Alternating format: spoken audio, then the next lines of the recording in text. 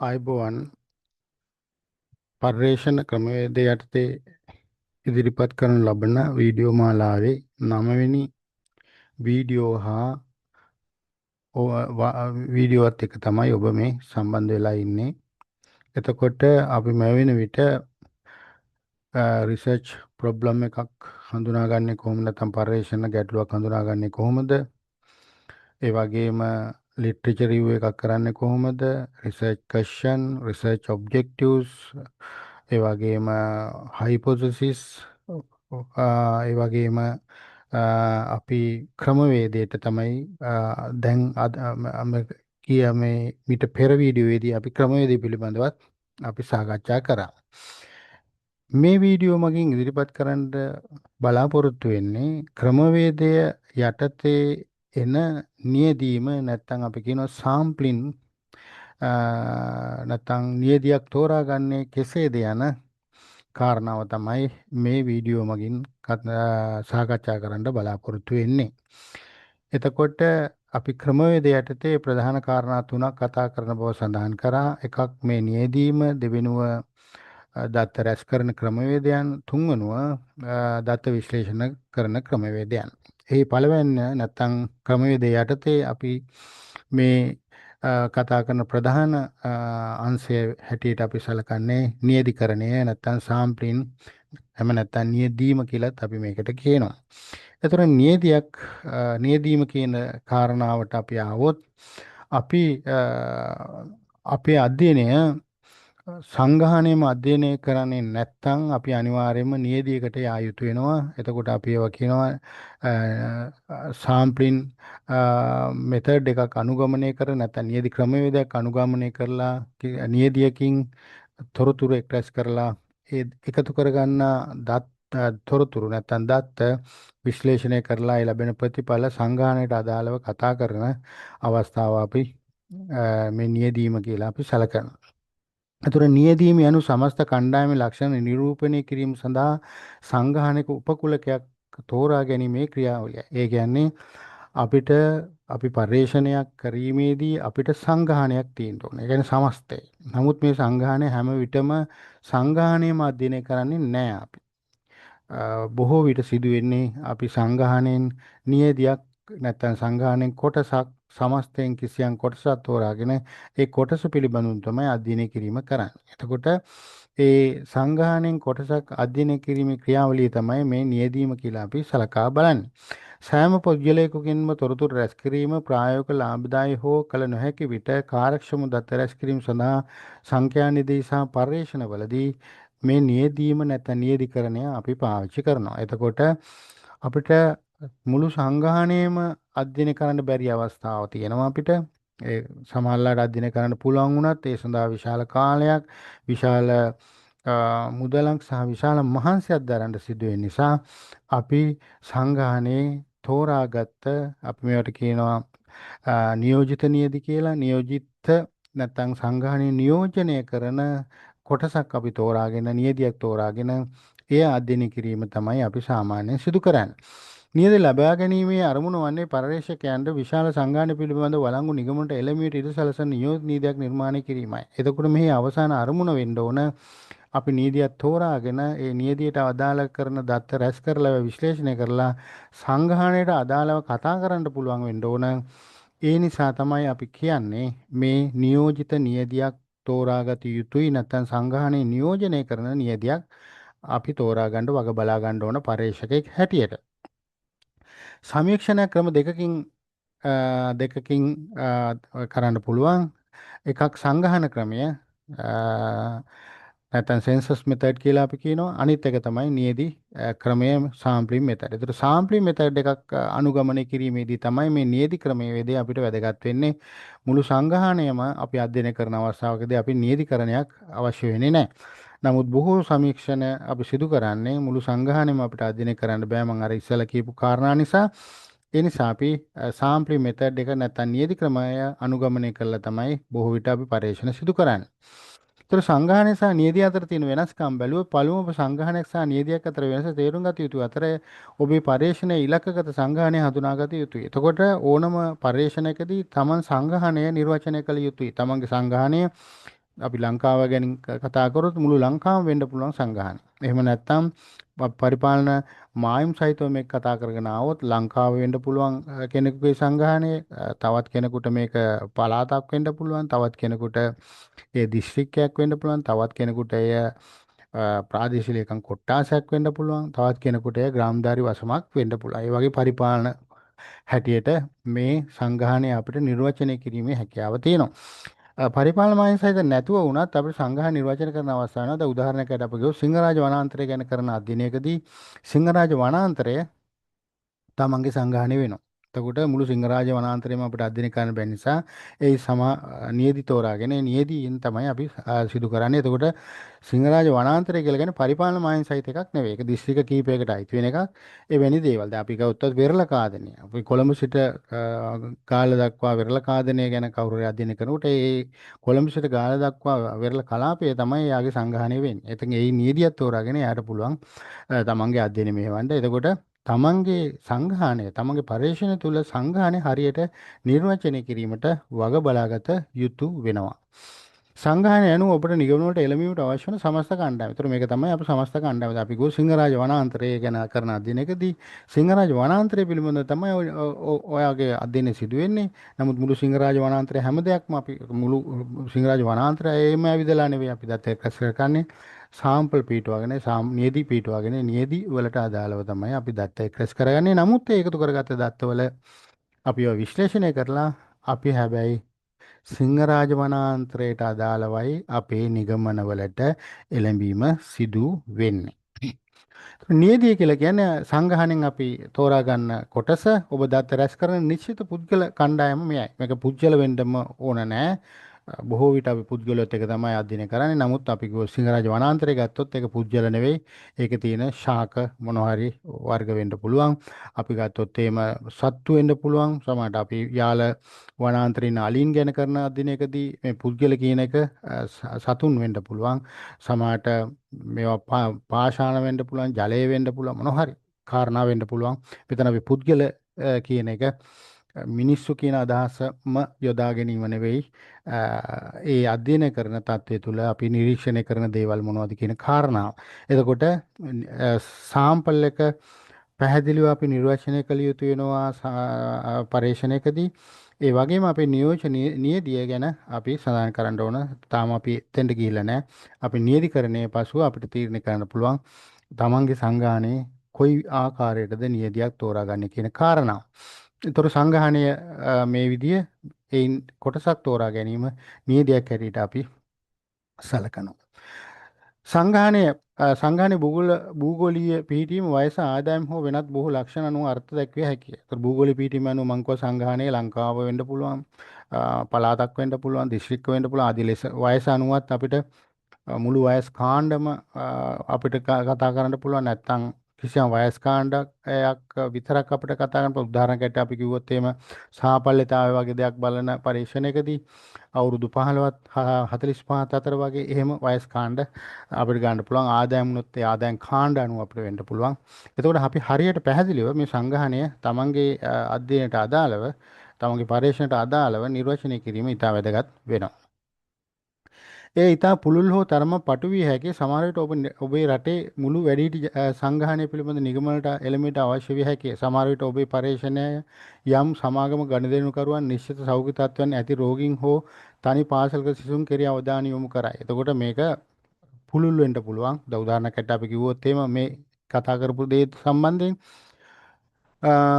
අපි ලංකාව ගැන කතා කරනවා. ලංකාවේ මුළු වැඩිහිටි සංග්‍රහණය අපිට වැඩිහිටි කිරුවොත් 60ට වඩා වැඩි නම් 60ට වැඩි සංග්‍රහණය කිව්වොත් ඒක විශාල ප්‍රමාණයක්. නමුත් අපි ගත්තොත් එහෙම තනි පාසලක සිසුන් ගත්තොත් ඒක කුඩා මට්ටමක් වෙන්න පුළුවන්. එතකොට තමන්ගේ පර්යේෂණයේ හැඩය අනුව නැත්නම් තමන්ගේ පර්යේෂණය තුළ තමන්ගේ අරමුණු සාක්ෂාත් කරගන්න යාමේදී තමන්ගේ සංග්‍රහණය විශාල වෙන්න පුළුවන්, කුඩා වෙන්න පුළුවන් කියන කාරණාව. ඒ කෙසේ වෙතත් විශාල වුණත් කුඩා වුවත් නිවැරදි ලෙස නිර්වචනය කිරීම වැදගත් වෙනවා. ඔබේ පර්යේෂණයේ අරමුණු සහ ප්‍රායෝගිකත්වයේ අනුව ඔබේ ඉලක්කගත සංගාහනයේ ප්‍රවේශමෙන් ඉලක්කගත සංගාහනය ප්‍රවේශමෙන් නිර්වචනය කිරීම වැදගත් වෙනවා. එතකොට ඉලක්කගත සංගාහනය කියලා කියන්නේ අපි අතරම අධ්‍යයනය කරන්න බලාපොරොත්තු වෙන සංගාහනයයි. සංඝානිතා විශාල නම් ජන විකාශ වශයෙන් මිශ්‍ර වී ඇති අතර භූගෝලීය වශයෙන් විසිරී ඇතනම් නියෝජිත නියදයක ප්‍රවේශ වීම දුෂ්කර විය හැකිය. අපි ගත්තොත් එහෙම අපේ සංඝාණය අ, ජනගහණය අනුව නැත්නම් ජන වර්ග අනුව විවිධ ජන කණ්ඩායම් ඉන්න පුළුවන්. ඒ වගේම භූගෝලීය වශයෙන් විසිරලා තියෙනවා නම් දැන් ලංකාවම වගේ ගත්තොත් එහෙම භූගෝලීය කලාප අනුව විසිරලා තියෙනවා.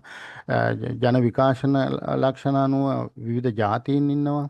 ආදී ලෙස අපිට සංගහනයේ ඉතා සංකීර්ණ තත්වයකදී අපි නියෝජිත නීතියකට නැත්නම් එය මුළු ලංකාවෙම නියදියක් ගන්න අපි ගියොත් එහෙම එය ලේසි පහසු වැඩක් නෙවෙයි දුෂ්කර වෙනවා. නියෝජිත නීතියක් නොමැති කම ඔබේ ප්‍රතිඵල වළංගු බලපාන අතර හරියට අපි නියෝජිත නියදියක් තෝරාගත්තේ නැත්නම් අපේ ප්‍රතිඵල වලට මේක ඍජුවම බලපෑමක් කරනවා. ඒ නිසා අපි නියෝජිත නියදියක් කෙරෙහි අවධානය යොමු කිරීම ඉතා වැදගත් වෙනවා.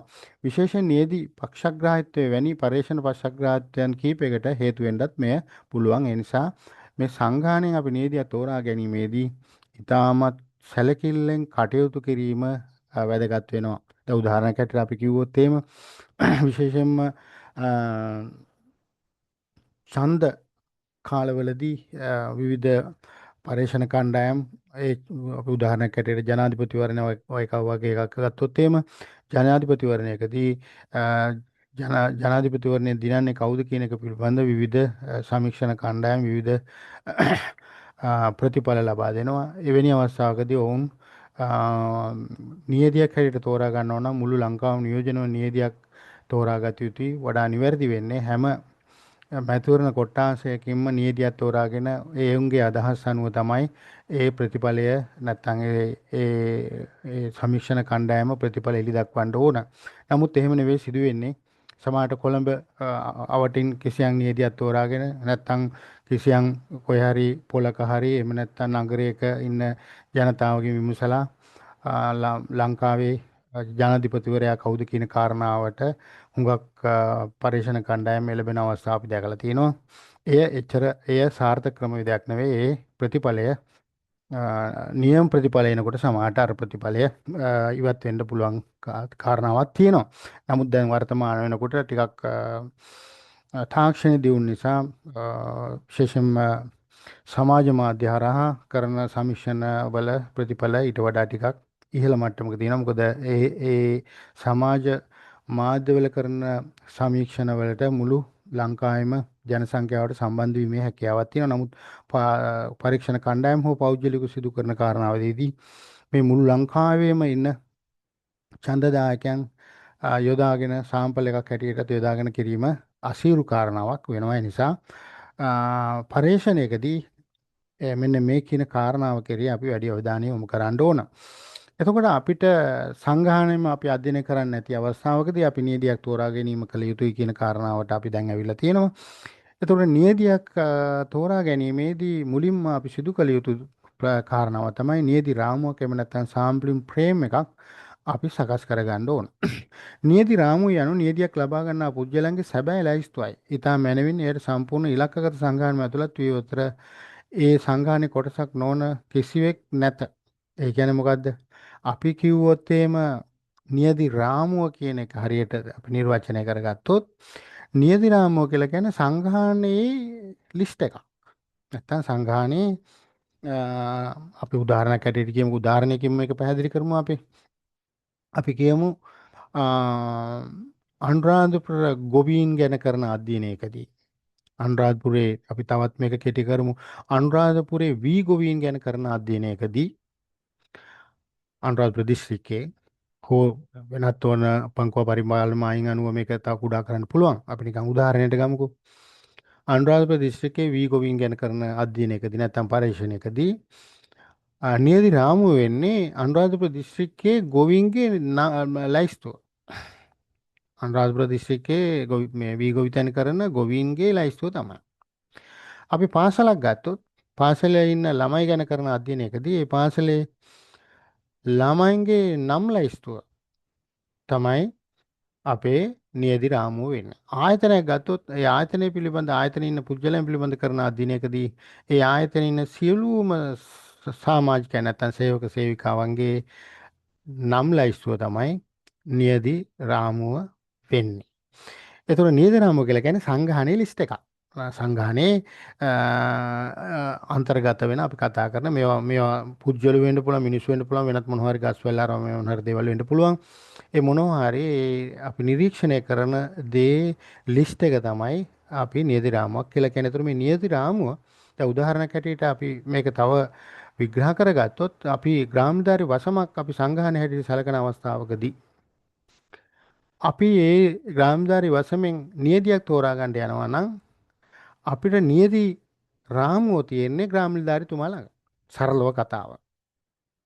ඒ කියන්නේ ග්‍රාමධාරී වසමක ගෘහ මූලිකයන්ගේ ලිස්ට් එක තියෙනවා ග්‍රාමධාරීතුමා ළඟ. මේක බොහෝ විට අපි පාවිච්චි කරන්නේ ඡන්ද නාම ලේඛනයේ අපි පාවිච්චි කරනවා මේ සඳහා. ඒතර ඡන්ද නාම ලේඛනය කියලා කියන්නේ ග්‍රාමධාරී වසමක නියති රාම. හැබැයි ග්‍රාමධාරී වසම සංඝානයට සලකන අවස්ථාවකදී එහෙනම් අපිට නියති රාමුවක් තියෙනවා. ඒතර මේ නියති රාමුව පාවිච්චි කළා තමයි අපි නියතිය ලබා ගන්න. හැබැයි මතක තියාගන්න ඕනේ නියති රාමුව හැම වෙලාවෙම නැහැ අපිට. දැන් ඔය මං කියපු උදාහරණවල අපිට නියති රාමුවක් පාසලක නියති රාමුවක් හදා ගන්න පුළුවන් අපිට. ග්‍රාමධාරී වසමක පුළුවන්. දිස්ත්‍රික්කයක මොන හරි කතාවකට ඒවා වාර්තා වෙලා තියෙනවා නම් අපිට නියති රාමුව සකස් කරන්න පුළුවන්. ආයතනයක ඉන්න පුද්ගලයන්ගේ ලිස්ට් එක අපිට හදා ගන්න පුළුවන්. විශ්වවිද්‍යාලයක ඉන්න ළමයින්ගේ ලිස්ට් එක අපිට හදා ගන්න පුළුවන්. මේවා අපිට නියති රාමු සහිත තත්වයන් තියෙනවා. දැන් උදාහරණයක් හැටියට අපි කියමු කිසියම් වෙළඳ පොළක් පිළිබඳ කරන අධ්‍යයනයකට. උදාහරණයක් හැටියට තෙල් කඳ පොළ නැත්නම් තෙල් කඳ පොළට එන පාරිභෝගිකයන්ගේ හැසිරීම රටාව. එහෙම නැත්නම් අපි මොනවා හරි රෙදි මේ දවස්වල අපි බොහෝ විට දකින්න නැත්නම් රෙදිපිලි වෙළඳසැල් වලට බොහෝ පාරිභෝගිකයන් ඇදිලා එනවා. රෙදිපිලි වෙළඳසැලක එහි ක්‍රියාකාරීත්වය නැත්නම් පාරිභෝගිකයන් හැසිරීම ගැන කරන අධ්‍යයනයකදී මේවට අපි කියනවා වෙළඳ පොළ සමීක්ෂණ කියලා. එවැනි අවස්ථාවකදී අපිට නියති රාමුවක් නැහැ. දැන් කොහෙද තියෙන්නේ දෙල් කඳ වෙළඳ පොළට නැත්නම් දෙල් කඳ පොළට භාණ්ඩ මිලදී ගන්න එන පාරිභෝගිකයන්ගේ ලිස්ට් එකකෝ එහෙම එකක් නැහැ. ඒ නිසා මෙන්න මේ නියදි රාමු සහිත සහ රහිත අනුව අපේ නියදිකරණය සිදු කරන්න වෙනවා. මේ දෙකටම අපිට උත්තර තියෙනවා. එතකොට මේ අපි කතා කරන්නේ නියදි රාමුවක් සහිතව තත්ත්වයක් තුළ කොහොමද අපි නියදියක් තෝරගන්නේ කියන කාරණාව. උදාහරණ ඔබ සමාජ මාධ්‍ය අලෙවිකරණ සමාගමක සේවා කොන්දේසි පිළිබඳ පර්යේෂණය කරමින් සිටී. ඔබේ සංඝානයේ සමාජයේ සේවකයන් 1000කි. ඔබේ නියදි රාමු යනු සමාජයේ මානව සම්පත්දත්ත සමුදාය වන අතර ඒ කියන්නේ මිනිස්සු ඉන්න සේවකයන් ඒ සෑම සේවකයෙකු නම් හා සම්බන්ධතා තොරතුරු ලැයිස්තුගත කරයි. එතකොට අපි කිසියම් ආයතනයක් ගැන කරන අධ්‍යයනයකදී ආයතනයේ සීළු සේවක සේවකයන්ගේ නම් ලිස්ට් එක තමයි අපි නියදි රාමුවක් කියලා කියන්නේ. මේක මම පාසලකට වෙන්න පුළුවන් වෙනත් කාරණාවලට වෙන්න පුළුවන්. මම කොහොම මේක හැම වෙලාවෙම අපිට නියදි රාමු හොයාගන්න බැරි අවස්ථා තියෙන බව. ඒ වගේම අපිට මේ නියදි ප්‍රමාණය පිළිබඳ අදහසක් අපිට ගන්න ඕන. කොච්චර ප්‍රමාණයක් අපි සංඝාණයෙන් නියදියට තෝරා ගන්නවද කියන කාරණාව ඔබේ නියදියට ඇතුළත් කළ යුතු පුජ්‍යලයන් සංඛ්‍යාව සංඝාණයේ ප්‍රමාණය සහ විචලතාවය සහ ඔබේ පරිශ්‍රණ සැලසුම් ඇතුළු විවිධ සාධක මත රඳා පවතී. එතකොට නියදියට ඇතුළත් වෙන ප්‍රමාණය තීරණය කිරීමේදී මේක හරියටම 100ට මෙච්චරයි එහෙම නැත්නම් 50ක් තෝර ගන්න ඕන 100ක් තෝර ගන්න ඕන කියන කාරණාවට අපිට එන්න බෑ. මේකේ තියෙන ප්‍රධාන කාරණාව තමයි මේවා ඉලක්කම් අනුව මොනවා හරි අනුව කියන්න පුළුවන් වුණාට වැදගත්ම කාරණාව වෙන්නේ නියදි ප්‍රමාණය තීරණය කිරීමේදී සංඝානයේ නියෝජනය වන නියදි ප්‍රමාණයක් අපි තෝරාගත යුතුයි. උදාහරණයක් ඇටියට අපි කිව්වොත් ලංකාවේ ඉන්න ඡන්දදායකයන් පිළිගගේ හැසිරීම සම්බන්ධයෙන් ඡන්දදායකයන් 100ක් තෝරා ගැනීම ප්‍රමාණවත් නැහැ. එය ඡන්දදායකයන්ගේ නියදියක් හැටියට අපිට සලකන්න බෑ. අන්න ඒකයි තමයි. එතන තමයි අපි අර නියෝජිත නීති සංකල්පයේ අපිට එන්නේ සංඝානයේ නියෝජනය කරන්න පුළුවන් ප්‍රමාණවත් නියති ප්‍රමාණයක් තෝරාගත යුතුයි කියන කාරණාවට අපි එන්න ඕන. වෙන මේවට සමීකරණ තියෙන විවිධ කාරණා තියෙනවා. ප්‍රතිශත අනුව කියන්න පුළුවන් අපිට. නම්බර් එකක් අනුව නැත්නම් ඉලක්කමක් අනුව කියන්න පුළුවන්. නමුත් ඒ එකක්වත් පදනමක් හැටියට අපිට ගන්න බෑ. පදනම හැටියට අපිට ගන්න පුළුවන් වෙන්නේ සංගාහණය නියෝජනය කරන ප්‍රමාණය මොකක්ද කියන කාරණාව. එතකොට සංගාහණය විශාල වෙනකොට විශාල නීති ප්‍රමාණිකුත් සංගාහණය කුඩා වෙනකොට කුඩා නීති ප්‍රමාණිකුත් ආදී ලෙස අපිට තෝරා ගන්න වෙනවා. ඒ නිසා මේවට නීති රීති නීතියක් හැටියට මේවා යමක් කියන්න අපිට අමාරුයි. සංඛ්‍යාන විශ්ලේෂණයෙන් ඔබට ලබා ගැනීමට අවශ්‍ය දේ මත පදනම විවිධ නීති ප්‍රමාණයේ ගණක යන්ත්‍ර සහ සූත්‍ර තිබේ. එතකොට අපිට සංග්‍රහණයේ ඉලක්කම අපි දන්නවනම් උදාහරණයක් ඇරෙලා අපි කිව්වොත් ග්‍රාමධාරි වසමක ඉන්න පවුල් සංඛ්‍යාව අපි දන්නවනම් පවුල් අනුව නම් අපි දත්ත රැස් කරන්නේ පවුල් සංඛ්‍යාව සූත්‍රයට හෝ නියදිය මේ ගණක යන්ත්‍රයට අපි දැම්මම ඒකෙන් ගන්න ඕනේ නියදි ප්‍රමාණය අපිට එනවා. එහෙම ක්‍රමයේදීනුත් අපිට තියෙනවා. ඒවා ගණක යන්ත්‍ර හරහා කම්පියුටර් හරහා විවිධ සොෆ්ට්වෙයාර් හරහා අපිට ගැනීමේ හැකියාවන් තියෙනවා. නමුත් වැදගත් වෙන්නේ මම අර කලින් කිව්වා වගේ එය නියෝජිත නියදියක් විය යුතුයි කියන කාරණාව.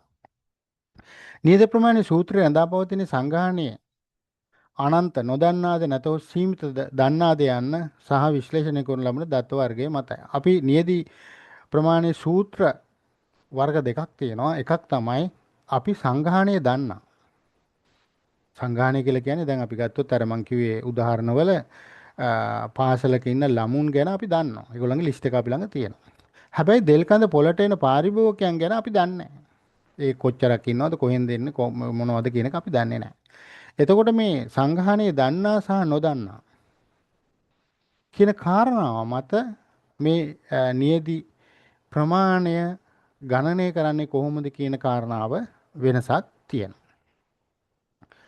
අනන්තව නොදන්නා සංගාහණය සඳහා ඒ කියන්නේ අපි අර උදාහරණයක් ඇටියට දෙල්කඳ පොළ සම්බන්ධයෙන් අපි කතා කරන අවස්ථාවකදී දෙල්කඳ පොළ සම්බන්ධයෙන් පාරිභෝගිකයන්ගේ හැසිරීම රටාව සම්බන්ධයෙන් අපි කරන අධ්‍යයනයකදී අපි සංගාහණය ගැන දන්නේ නැහැ. අනන්ත හෝ නොදන්නා කියන සංගාහණය ගැන නොදන්නා. ඒ සඳහා භාවිතා කරන සමීකරණයක් තමයි මේ තියෙන්නේ. n z වර්ගය p එක ඍණ p e වර්ගය. එතකොට මේක අපි මේ භාවිතා කරන අක්ෂරයන් නැත්නම් මේවා මොනවද කියලා බැලුවොත් මේක තමයි අපි n කියලා කියන්නේ නියදි ප්‍රමාණය අපිට අවශ්‍ය කරන නියදි ප්‍රමාණය. z කියලා කියන්නේ අපේක්ෂිත විශ්වාසනීය මට්ටම සඳහා z අගය මේවා සාමාන්‍ය සංඛ්‍යාන වගු වලින් අපිට දෙන අවස්ථාවන්. z tables ඉතට 95 විශ්වාසය සඳහා 1.9 හැෙන කියන ඉලක්කම අපි පාවිච්චි කරන්නේ. මේවා වගු ආශ්‍රයෙන් අපි ගන්න. අපි ඉස්සරහට බලමු මේ වගු ඔයගලන්ට පෙන්වන්න පුළුවන්ද කියලා. ඊළඟට P කියලා කියන්නේ සංගාහන අනුපාතය. විශාලතම නියදි ප්‍රමාණයක් ලබා ගැනීමට නොදන්නා නම් 0.5 පාවිච්චි කරන්න. එතකොට සාමාන්‍යයෙන් අපි පාවිච්චි කරන ඉලක්කම තමයි 0.5. මේක පොඩ්ඩක් එහා මෙහා කිරීමේ හැකියාව තියෙනවා.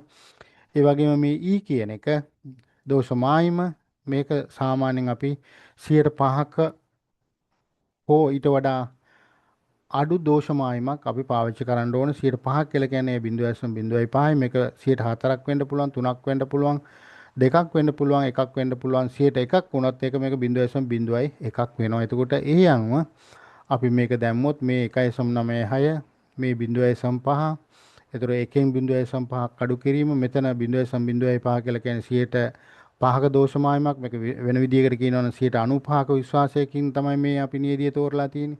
එතකොට මේ ඉන ඉලක්කම අපිට කියන්නේ අපි සංගාහනයේ නියදිය තෝරා ගැනීම 95ක විශ්වාසයක් තියෙනවා කියන කාරණා. 95ක විශ්වාසයකින් මේ තෝරාගත නියදි ප්‍රමාණය පිළිබඳ අපිට විශ්වසනීය භාවයක් තියෙනවා කියන කාරණාව තමයි මේ එන ප්‍රතිඵලය. එතකොට අපි ගත්තොත් මේ මාසාන වශයෙන් 385ක්වත් අපි අර කිව්ව වෙළඳපොළ සමීක්ෂණය සඳහා අඩුම තරමේ 385 දෙනෙක්වත් ඒ කියන්නේ සංගාහනය නොදන්න අවස්ථාවකදී අපේ නියදිය සඳහා තෝරාගත යුතුයි කියන කාරණාව එන්න ඕනේ. දැන් මේවා සමීකරණ හැටියට අපි පාවිච්චි කරාට මේක හැම විටම වළංගු වෙන්නේ නැහැ. දැන් උදාහරණයක් හැටියට දෙල්කඳ පොළට නැත්නම් මොනවා හරි පොලක් සම්බන්ධයෙන් කරන අධ්‍යයනයකදී 385 ප්‍රමාණවත් වුණාට ලංකාවේ ඡන්දදායකයන්ගේ හැසිරීමට 385ක් තෝරා ගැනීම සාධාරණ නැහැ. ඒ නිසා මේ සමීකරණ හැම වෙලාවෙම හැම අවස්ථාවෙම යොදා ගැනීමේ හැකියාවක් අපිට නැහැ. නමුත් ඒකයි මම කිව්වේ මේකේ තියෙන ඇත්ත කතාව තමයි අපි සංගාහණය නියෝජනය කරන නියෝජිත නියදියක් තෝරාගත යුතුයි කියන කාරණාව මේ ඉලක්කම් ආරම්භයක්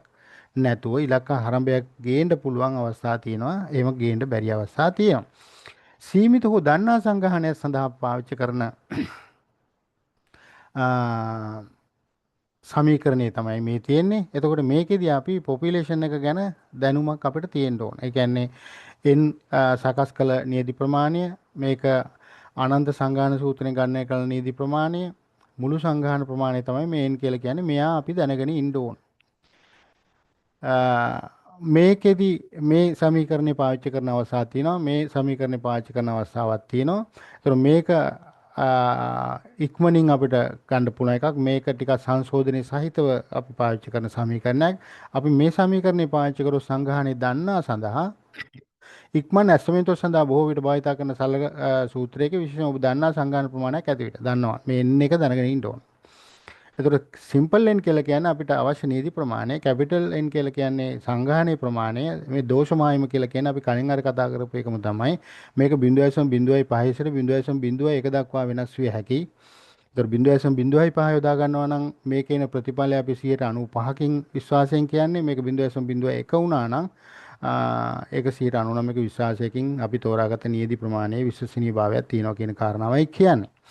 එතකොට මේවට ආදේශ කරලා අපිට යම් නීති ප්‍රමාණයක් තෝරා ගන්න පුළුවන් වගේම අපිට කම්පියුටර් හරහා මේ විදිහට sample size calculator කියලා එකක් අපි නිකන් ටයිප් කරොත් එහෙම අන්තර්ජාලයේ මේ වගේ එකක් දෙනවා. එතකොට අපිට මේ confidential level එක 95, 96, 97, 98, 99 දක්වා මේක ගන්න පුළුවන්. 100 දක්වා ගන්න එපා.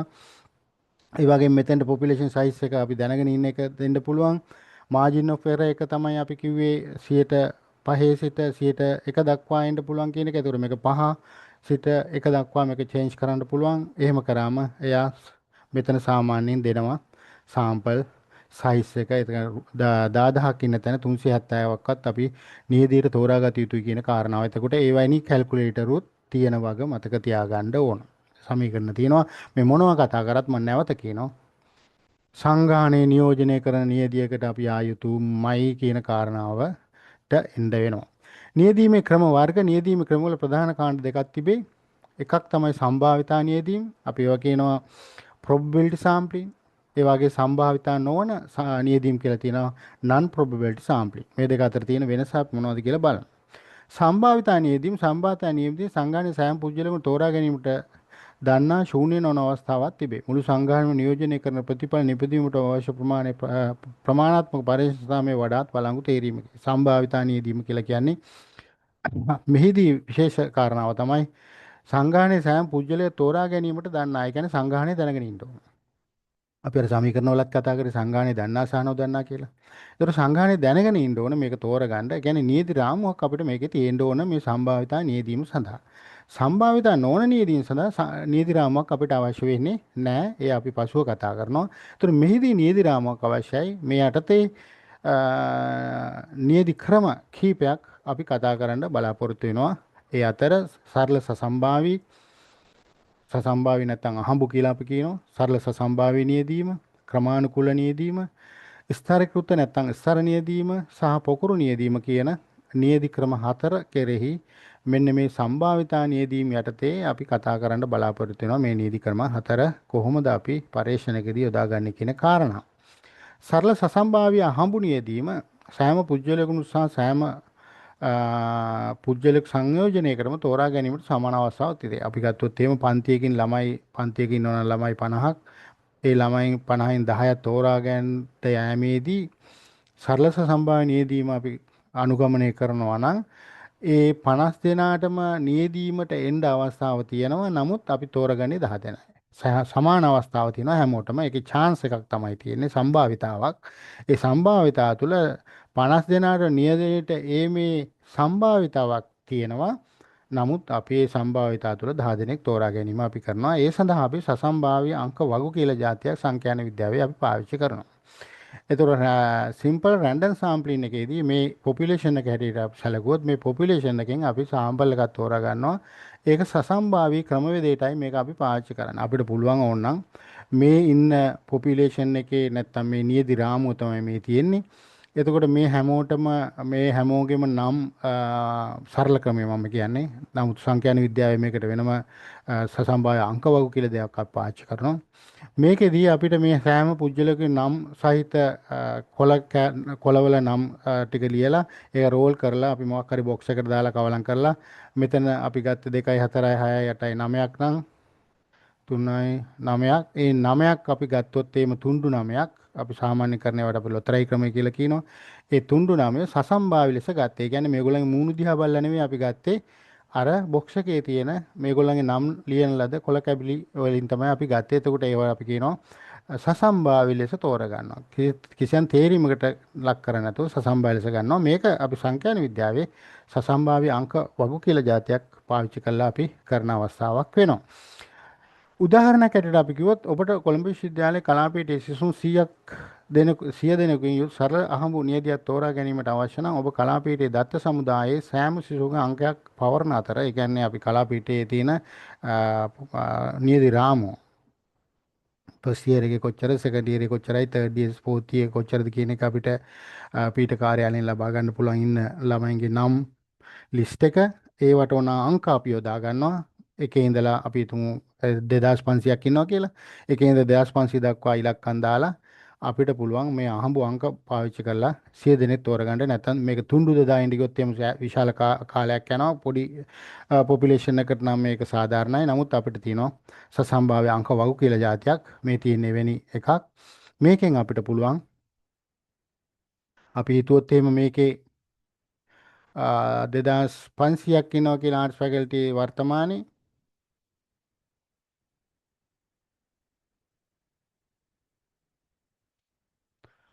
2500ක් කියලා ඉන්නවා නම් පොපියුලේෂන් එක තමයි මේ. හරි මේක පොපියුලේෂන් එක. මේකෙන් අපි තෝරා ගන්න යනවා සාම්පල් එක 100ක්. ඒතර 100ක් තෝරා ගැනීමේදී මෙන්න මේ පොපියුලේෂන් එකේ සයිස් එකේ අපිට තියෙනවා ඉලක්කම් 4ක්. ඒ ඉලක්කම් 4ක් නම් අපිට පොපියුලේෂන් එකේ තියෙන්නේ මේ සසම්භාව්‍ය අංක වගුව කතා කරන්න ඕන 4න් 4ට. ඒ කියන්නේ මේකේ 4ක් ගත්තොත් එහෙම 3651 8300 ගාන. ඒ කියන්නේ මේ මෙතනෙන් 4ක් ගියාම මෙතන 2යි 4යි මෙතනෙන් ගියාම මෙහෙම හරි ආදී ලෙස මේක 4න් 4ට අපිට කඩන්න වෙනවා.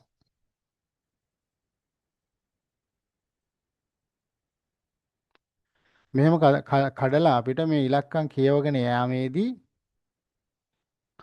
අපිට මේ 2500ට අඩු ඉලක්කම් නියෝජනය කරන අංක ටික අපිට තෝරගන්න පුළුවන් 100ක්. එතකොට මේ සඳහා මම මේ පෙන්නුවාට මේ වගුවක් මේකේ අපිට Excel වල හෝ නැත්නම් software හරහා මේ ඕන තරම් අපිට මේ random numbers ඉල්ලන්න පුළුවන්. දැන් මේක ප්‍රමාණවත් වෙන එකක් නෑ 100ක් තෝරගන්න මේ ටේබල් එක. නමුත් මේක ක්‍රමවේදය කියලා දෙන්නයි මම මේ ටේබල් එක අපි ගත්තේ. එතකොට ඒ විදිහට අපි උදාහරණයක් ඇරෙට කියමුකෝ මේකට සරල කතාවකට අපි යමුකෝ. සරල කතාව මොකද්ද? අපි හිතමුකෝ population එක 2500ක් ඉන්න තැන. sorry 250කට අපි අඩු කරමු. 250කට අඩු කරලා අපි 10ක් තෝරගන්නවා කියලා හිතමු අපි. එතකොට අපි කතා මේක ඉලක්කම් කියවන්නේ 3ට තමයි කියවන්නේ. මොකද population එක size එක නියෝජනය කරන ඉලක්කමේ ඉලක්කම් ප්‍රමාණය අනුව තමයි ඒක නියෝජනය වෙන්නේ. එතකොට අපි 3න් 3ට ගියොත් මේක 565 183. දැන් අපිට තියෙන 250යි. එතකොට 183 කියන එක අපි ගන්න. ඒ කියන්නේ දැන් අපි අංක දාලා තියෙන එකේ ඉඳලා 250 දක්වා 183 183 ගත්තා. 360 පාන්නේ නැහැ 250ට වඩා වැඩි ඉලක්කම. ඊළඟට 677 789 116 ඔන්න 116ත් අපි ගත්තා. ඒ කියන්නේ 116 අංකයේ තියෙන ළමයා අපි ගන්න. ඊළඟට 0.5 කියලා කියන්නේ 55. 55ත් අපි ගන්න. 422 970 583 700 75 250කට එනකොට 215 අපිට එනවා. ආදී ලෙස මෙතන අපි 10 දෙනෙක් අපිට තෝරගන්න පුළුවන්. ඔන්න එතකොට සසම්භාව්‍ය ලෙස තෝරා ගන්නවා කියන කතාව තමයි මේ සසම්භාව්‍ය අංක වග වලින් කරන්න පුළුවන්. දැන් මේක අපිට සාමාන්‍යයෙන් කම්පියුටර් එකට ගිහිල්ලා අපිට කියන්න පුළුවන් අපේ ලිස්ට් එක දීලා මේකේ සාම්පල් එකක් තෝරලා දෙන්න කියලා. එයා ඒක තෝරලා දෙනවා. අපි ඒක ඉස්සරහට බලමු කම්පියුටර් හරහා කොහොමද මේ නියදිය ගන්න කියන කාරණාව. එතකොට සරල අහඹු නියදීම ගන්න ආකාරය තමයි ඒ අපි කතා කරේ. මම හිතනවා පැහැදිලි වෙන්න ඕන සරල කියන්නේ අපි අහඹු කියලා කියන්නේ සසම්භාවී ලෙස කියන අදහස සසම්භාවී ලෙස ඒ කියන්නේ අපි කිසියම් තේරීමකට ලක් කරන්නේ නැතුව නැත්තම් බොහෝ විට වෙන්නේ පරේක්ෂකයාට හිතන පුද්ගලයෝ තෝරගන්න පුළුවන් ඒකට අපි කියනවා බයස් සාම්පල් එකක් කියලා. එතකොට මේ බයස් සාම්පල් එකක් නැතුව අපිට සසම්භාවී ලෙස තෝරා ගන්නා වූ ක්‍රමවේදයක් හැටියට තමයි මේ සරල සසම්භාවි නියදීම අපි කරන්නේ. ඒකෙදි අපි කිසියම් තේරීමට ලක් කරන්නේ නැහැ. නැත්තම් බයස් සාම්පල් එකක් නෙවෙයි අපි තෝරගන්න ඕන. මොකද බයස් සාම්පල් එකක් තෝරගත්තොත් එය අපේ ප්‍රතිඵල වලට බලපාන්න පුළුවන් බොහෝ විට අපේ නිගමන වලට. ඒ නිසා අපි බයස් නොවන නැත්තම් තේරීමකට ලක් නොකරන සාම්පල් එකක් තෝරා ගැනීම කරන්න ඕන. එතකොට අපි ඊළඟට බලමු ක්‍රමානුකූල නියදීම කොහොමද කරන්න කියන කාරණා.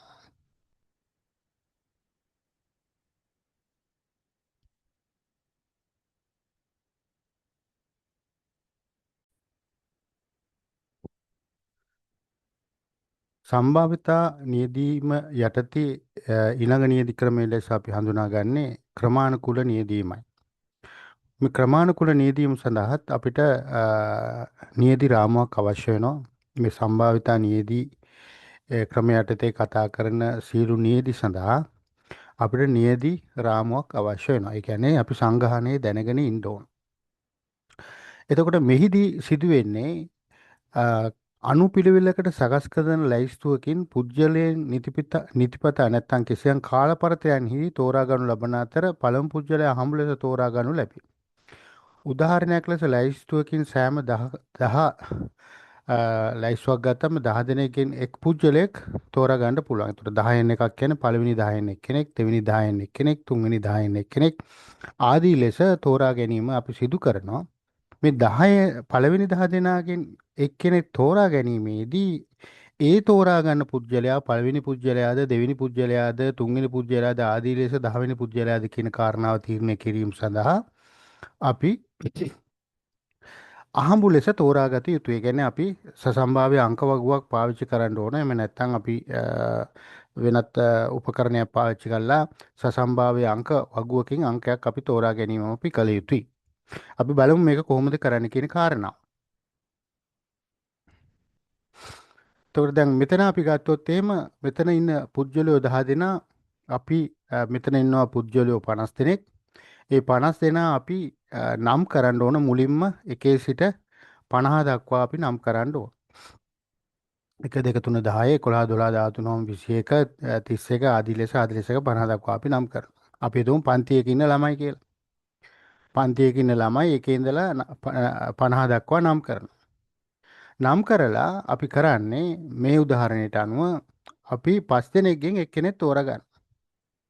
5 දෙනෙක්ගෙන් කෙනෙක් කියන්නේ 1 2 3 4 5 පස්වෙනියා තෝරගත්තා. දෙවෙනි 5 දෙනාගෙන් එක්කෙනෙක් තෝරගන්නවා. 1 2 3 4 5 පස්වෙනි තෝරගන්නවා. තුන්වෙනි 5 දෙනාගෙන් එක්කෙනෙක් තෝරගන්නවා. හතරවෙනි 5 දෙනාගෙන් එක්කෙනෙක් තෝරගන්නවා. ආදී ලෙස අවසාන 5 දෙනාගෙන් එක්කෙනෙක් තෝරන මේ තෝරාගත් එක්කෙනා තමයි කළු පාටින් අපි නම් කරලා තියෙන්නේ. දැන් මේ උදාහරණයට අනුව අපි පළවෙනි 5 දෙනාගෙන් පස්වෙනියා තමයි තෝරගෙන තියෙන්නේ. ඒතර මේ පළවෙනි 5 දෙනාගෙන් අපිට පළවෙනියා තෝරගන්නත් පුළුවන්, දෙවෙනියා තෝරගන්නත් පුළුවන්, තුන්වෙනියා තෝරගන්නත් පුළුවන්, හතරවෙනියා තෝරගන්නත් පුළුවන්, මේකේ වගේ පස්වෙනියා තෝරගන්නත් පුළුවන්. හැබැයි රූල් එක තමයි අපි පළවෙනි 5 දෙනාගෙන් තෝරාගත්තේ දෙවෙනියා නම් දෙවෙනි 5 දෙනාගෙනුත් අපි තෝරගන්න ඕන දෙවෙනියා. තුන්වෙනි 5 දෙනාගෙනුත් අපි තෝරගන්න ඕන දෙවෙනියා. ඒ ආකාරයට අපි මේක අපි තෝරා ගැනීම සිදු කරනවා. එතකොට මේකේ තියෙන වාසිය තමයි සසම්භාව්‍ය නීති ක්‍රමයට වඩා මේකේ හරි ප්‍රොෆයිල් එකක්. ඒ කියන්නේ පන්තියක ළමයින්ගේ මුල ඉඳලා අග දක්වා තෝරා ගැනීම කියන්නේ හරි හරස්කඩක තෝරා ගැනීමක් සිදු වෙනවා. ඒ කියන්නේ දැන් අපි සම්භාව්‍ය ලෙස ගත්තොත් එහෙම සමහරලාට පන්තියේ ලිස්ට් එකේ අවසාන ටික නොතේරෙන්න පුළුවන්. එහෙම නම් ලිස්ට් එකේ මැද සමහරට නොතේරෙන්න පුළුවන්. මොකද එන සසම්භාව්‍ය අංක වග අපි තීරණ කරපු අංක නෙවෙයි. මෙහිදී අපිට මේ මුල් 5 දෙනාගේ සිට අවසාන 5 දෙනා දක්වා අපිට හැම 5 දෙනෙක්ගේ එක්කෙනෙක් අපි තෝරා ගන්නු ලබනවා. දැන් මේ 5 දෙනාගෙන් එක්කෙනෙක් තෝරා ගැනීම කියන එක මේ පහ කියන සාධකයේ K සාධකයක් හැටියට අපි සලකනවා. K සමානයි කියලා තමයි අපි සඳහන් කරන්නේ. මේක පහ වෙන්න පුළුවන් වෙනත් ඉලක්කමක් වෙන්න පුළුවන්. ඒතර ඒක තීරණය වෙන්නේ K කියන එක තීරණය වෙන්නේ අපේ පොපියුලේෂන් එක බෙදන්න ඕන සාම්පල් සංඛ්‍යාවෙන් බෙදන්න ඕන මේ සකුර. ඒතර මෙතන 50 නම් පොපියුලේෂන් එක අපි තෝරා ගන්න බලාපොරොත්තු වෙන්නේ 10 දෙනා නම් ඒ කියන්නේ සාම්පල් සයිස් එක 10යි. 50 බෙදීම 10 සමානයි 5යි K සමානයි 5යි. ඒ කියන්නේ මොකද්ද? පළවෙනි 5 දෙනාගෙන් එක්කෙනෙක් තෝරගන්න. දෙවෙනි 5 දෙනාගෙන් එක්කෙනෙක් තෝරගන්න. තුන්වෙනි 5 දෙනාගෙන් එක්කෙනෙක් තෝරගන්න. ආදී ලෙස අවසාන 5 දෙනාගෙන් එක්කෙනෙක් තෝරගන්න කියන එක තමයි මේ K සාධකයෙන් අපි කියන්නේ. හරි. K සාධකයෙන් අපි කියන්නේ. දැන් අපි උදාහරණයක් ඇටියට කියමුකෝ අපිට තෝරගන්න ඕන කියලා 5 දෙනෙක් තෝරගන්න ඉඳිනවා කියමුකෝ. ඒ කියන්නේ 50 බෙදීම 5. 50 බෙදීම 5 මේ 50 සමානයි 10යි K සමානයි 10යි. ඒ කියන්නේ මොකද්ද? පළවෙනි 10 දෙනාගෙන් එක්කෙනෙක් තෝරගන්න, දෙවෙනි 10 දෙනාගෙන් එක්කෙනෙක් තෝරගන්න, තුන්වෙනි 10 දෙනාගෙන් අවසාන 10 දෙනාගෙන් එක්කෙනෙක් තෝරගන්න කියන කතාවයි කියන්නේ. දැන් මේ උදාහරණයට අනුව අපේ K සමානයි 5යි එනම් 5 දෙනෙක්ගෙන් එක්කෙනෙක් අපි තෝරාගන්නේ. මේ උදාහරණයයි අපි 5 දෙනා පස්වෙනියා තමයි තෝරගෙන තියෙන හැම එකෙම පස්වෙනියා තමයි තෝරගෙන තියෙන්නේ. ඒතර මේ පස්වෙනියාද හතරවෙනියාද තුන්වෙනියාද දෙවෙනියාද පළවෙනියාද කියන එක තීරණය කරන්න අපිට සසම්භාව්‍ය අංක වගුව පාවිච්චි කරන්න වෙනවා. දැන් අපි හිතමුකෝ සසම්භාව්‍ය අංක වගුවේ අපි පළවෙනි ඉලක්කම දැන් මේක කියවගෙන යනකොට අපිට ඕන තැනකින් මේක පටන් ගන්න පුළුවන්. නමුත් අපි හිතමු මුලින්ම එකෙන් පටන් ගන්න අපිට 3. එතකොට මේක අපි කිසියම් තේරීමකට ලක් කරන්නේ නැහැ සසම්භාව්‍ය ලෙසයි තෝරගන්නේ. දැන් අපි පළවෙනි 5 දෙනාගෙන් තුන්වෙනියා තමයි තෝරගන්නේ. දෙවෙනි 5 දෙනාගෙන් තුන්වෙනියා තෝරගන්න. තුන්වෙනි 5 දෙනාගෙන් තුන්වෙනියා තෝරනවා. ආදී ලෙස අවසාන 5 දෙනාගෙන් තුන්වෙනියා තෝරා ගන්නවා. ඒ ආකාරයට අපි මේ තෝරගන්න පුද්ගලයා කවුද කියන කාරණාව තීරණය කිරීමට සසම්භාවි අංක වගුව අපි පාවිච්චි කරනවා. අපි උදාහරණයක් ඇටියට අපි පන්තියේ ඉන්න ළමයි ගැන අපි කතා කරා.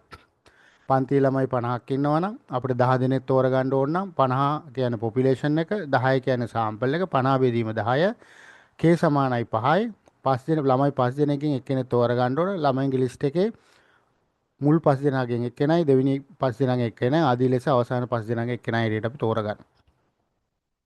ඒ 5 දෙනාගෙන් පළවෙනියාද දෙවෙනියාද තුන්වෙනියාද හතරවෙනියාද පස්වෙනියාද කියන එක තීරණය වෙන්නේ සසම්භාවි අංක වගුව පරීක්ෂා කරලා ඒ ලැබෙන අගයෙන් තමයි අපි ගන්න. ඒතර තවත් උදාහරණයක් අපි ගත්තොත් සමාගම සිලුසේක ආකාර පිළිවෙලට ලයිස්තු ගත කර ඇත. පළමු අංක 10න් ඔබ අහඹු ලෙස ආරම්භක ලක්ෂයක් තෝරාගනි. අංකය 6. අපි කො සසම්භාව්‍ය අංක වලින් ගන්න ඕනේ මේ 6.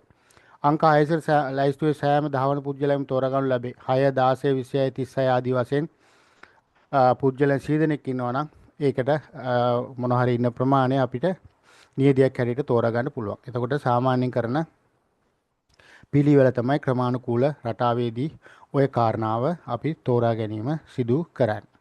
අපි මේක බලමු. මම කිව්වා මේක අපිට කම්පියුටර් හරහා නැත්නම් අපි software හරහා අපිට මේ දේ කරගන්න පුළුවන්. ඒ සඳහා අපි පාවිච්චි කරනවා Excel අපි Excel software එක පාවිච්චි කරමු. අ,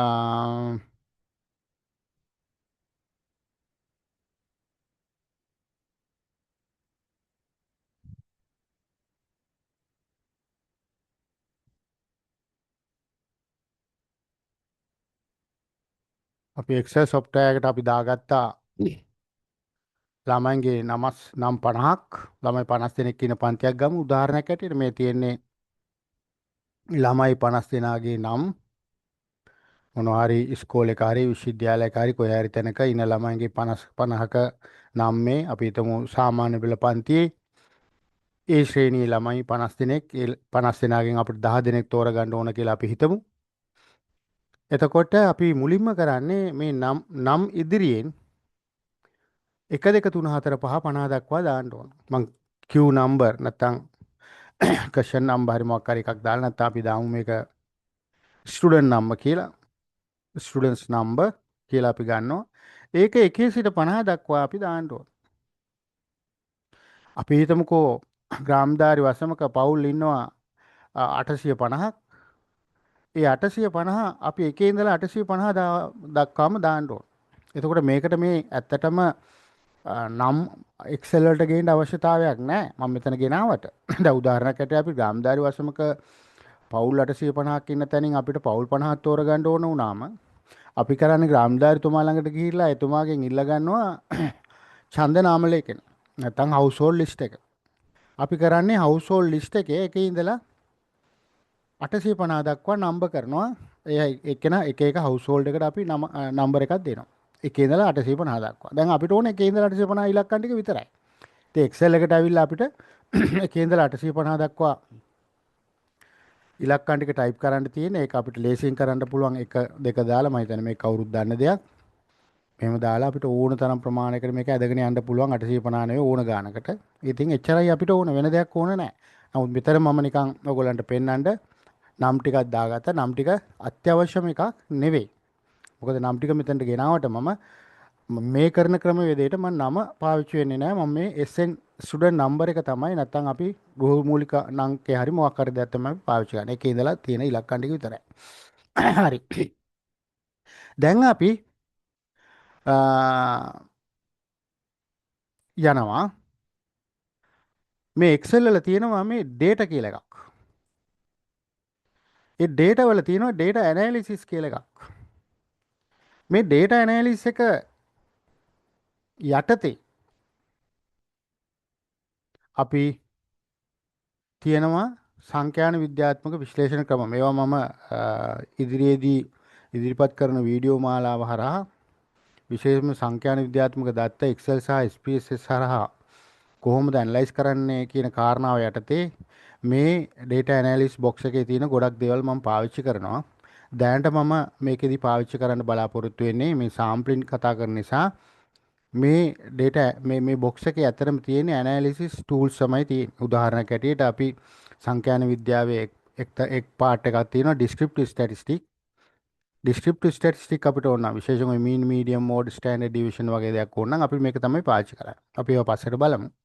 දැනට අපි පාවිච්චි කරන මේක sampling කියන එක අපි ගන්නවා. මේ data analysis box එක තුල sampling කියලා එකක් තියෙනවා. අපි ඒක අරන් ඒක highlight කරලා අපි okay කිව්වම අපිට මේ වගේ box එකක් අපිට පෙන්නනවා. ඒකෙදි අපිට ඉල්ලනවා අපේ input range. මෙන්න මේ input range එකට තමයි අපි දෙන්නේ මේ number එක. ඒක අපි මේ variable name එකත් එක මේ SN එකත් එක ඕනනම් දෙන්න පුළුවන්. ඒක නැතු වුණත් දෙන්න පුළුවන්. ඒක දුන්නත් අපි පොඩි වැඩක් කරන්න ඕන. අපි ඒකත් එක්කම දෙමු. මෙහෙම මවුස් එකෙන් අපි පහළට මෙහෙම ඇදගෙන ගිහිල්ලා 50 දක්වා 50 ළඟින් අපි අතාරිනවා. එතකොට එයා සෙල් නම්බර් එක ලියා ගන්නවා A12 A51 කියලා. 51 කියලා කියන්නේ මේක variable name එකක් තියෙන නිසා නැත්නම් 50යි අපි ගන්න. එතකොට අපි මෙතන variable name එකත් එක්ක highlight කරපු නිසා ඒක නැතුව අපි highlight කරොත් මේ දේ කරන්න ඕන නෑ. SN එක highlight කරපු නිසා ඒකට අපි කියන variable name එක අපි label tick කරන්න ඕන. එතකොට එයා දන්නවා මේ පළවෙනි එකේ තියෙන්නේ variable name එක කියලා. දැන් අපි මුලින් කතා කරන අර random එක රැන්ඩම් එකයි සිස්ටමැටික් එකයි දෙකම මම මේ සාම්පලින් කියන දෙකේදී කරලා පෙන්නනවා ඔයගලන්ට. අපි මුලින් ඉගෙන ගත්තේ රැන්ඩම්. ඒ කියන්නේ සසම්භාවී ලෙස අපි කොහොමද අපි ළමයි 10 දෙනෙක් මේකේ තෝරගන්නේ. එතකොට අපි ඒකට කියන්න ඕන random number of samples. අපි කියනවා යාට 10ක් දෙන්න. ඕන ගාණක් අපිට ඉල්ලන්න පුළුවන්. 50න් ඕන ගාණක් අපි හිතමු 10යි අපේ උදාහරණේ. සාම්පල් එක 10යි. 10 දෙනෙක් අපිට දෙන්න. කියලා අපි ඕකේ කිව්වොත් අපිට ඉලක්කම් 10ක් දෙනවා. මේ ඉලක්කම් 10 අපිට අරන් ගිහිල්ලා අවශ්‍ය නම් මෙතනට 18 14 10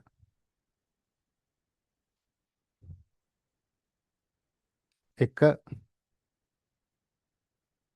50 18 දෙකක් තියෙනවා. 18 තව දෙකක් තියෙනවා. මෙන්න මෙවැනි අවස්ථාවකදී අපිට කිසියම් ප්‍රශ්නයක් එනවා. මොකද මේ 18 ඒවා අපිට 3ක් එනවා. ඒතර හොඳට මතක තියාගන්න මේක ආපු එක හොඳයි. ඒ අර්බුදය ඒ ප්‍රශ්නය අපිට සාකච්ඡා කරන්න පුළුවන්. සාම්පල් එකක් අපි තෝරනකොට අපේ සාම්පල් සයිස් එක 50 10 තමයි. හැබැයි අපි 10ක් විතරක් තෝරන්න එපා. මේක අපිට මේ කම්පියුටර් හරහා අපි තෝරා ගැනීමේදී ශේෂ්ත්‍රයේ තෝරා ගැනීමේදී දෙකේදීම අපිට ගැටලු ඇති වෙන්න පුළුවන්. මේ කම්පියුටර් සොෆ්ට්වෙයාර් හරහා කරනකොට මේ වගේ සමාන ඉලක්කම් අපිට එන්න පුළුවන්. ඒතකොට දැනටමත් අපි 18 වෙනි ළමයා තෝරගෙන ඉවරයි. ආයෙ තෝරන්න බෑනේ. ඒතර වෙන්නේ මොකද්ද? අපිට මෙයා තෝරගත්තා. අපිට දෙකක් අහිමි වෙනවා. ඒ කියන්නේ අපි තෝරගන්නේ කොච්චරද? 7 දෙනෙක් විතරයි. දැන් 8 දෙනෙක් විතරයි අපි තෝරගන්නේ. 10න් දෙනෙක් අපිට තෝරගන්න බැරි වෙනවා. ඒ නිසා හොඳට මතක තියාගන්න සාම්පල් එකක් තෝරා ගැනීමේදී මොන ක්‍රමයේද පාවිච්චි කළ සාම්පල් එකක් තෝරා ගන්න කියත් අපි අනිවාර්යයෙන්ම සාම්පල් සයිස් එකට වඩා වැඩි ඉලක්කම් ප්‍රමාණයක් 5ක් 10ක් වගේ ප්‍රමාණයක් වැඩියෙන් තෝරා ගත යුතුයි. ඒ නිසා අපි මෙයාට කියනවා නැවත මම මේක කරනවා data analysis sampling අපේ මේක දැනට තියෙනවා වෙනස් කරනවා අපි මෙයා 15 අපිට 10 ඕන නමුත් අපි 15ක් වැඩියෙන් තෝරගන්නවා මොකද අර ද්විගණනයක් සිදු වෙන නිසා. දැන් අපි ඕකේ කිව්වම අපිට දැන් 15ක් දෙනවා. අපි 15 දෙනා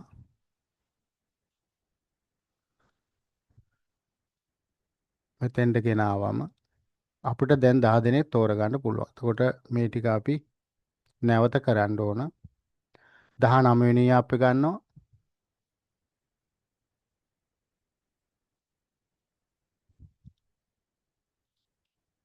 පළවෙනියා ගන්නවා. 6 වෙනියා ගන්නවා. 33 36 9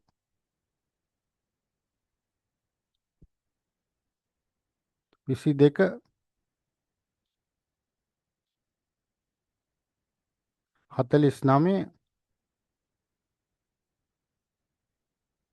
49 11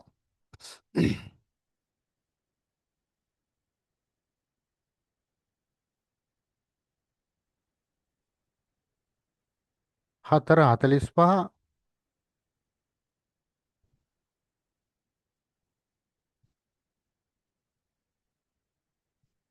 එතකොට 4 ගත්තම අපිට ඇති 1යි 2යි 3යි 4යි 5යි 6යි 7යි 8යි 9යි 10 දෙනෙක් අපි තෝරගත්තා. මේකේ දිවිගණනයක් ඉලක්කම් නැහැ.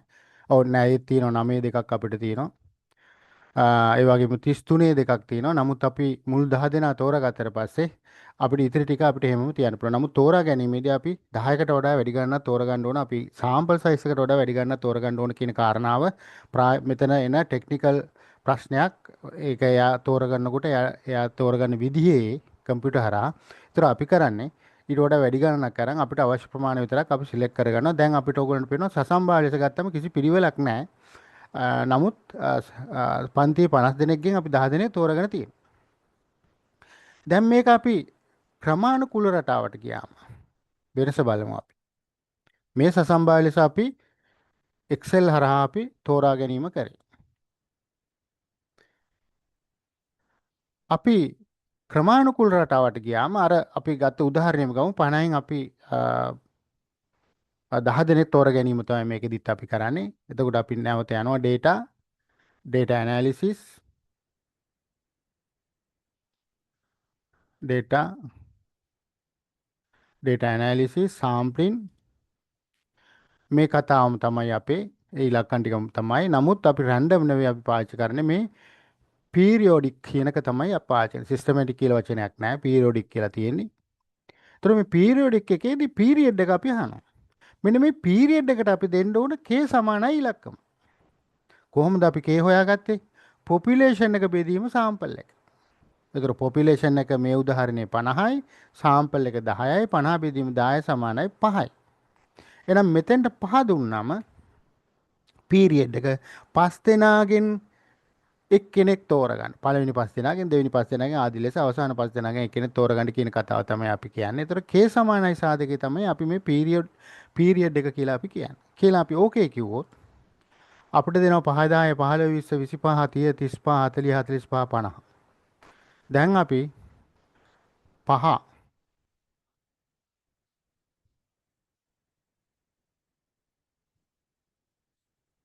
10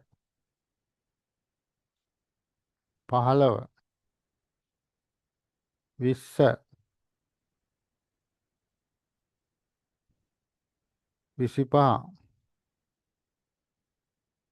25 30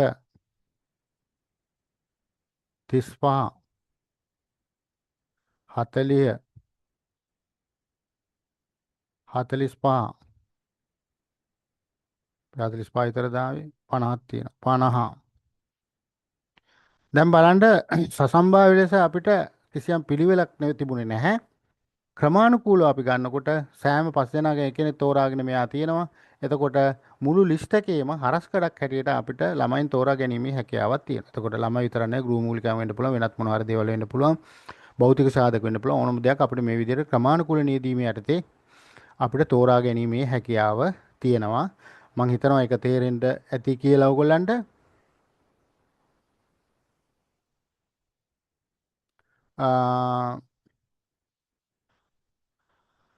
එතකොට අපි ක්‍රමානුකූල නියදීම මේ විදිහට තමයි අපි තෝරාගන්නේ.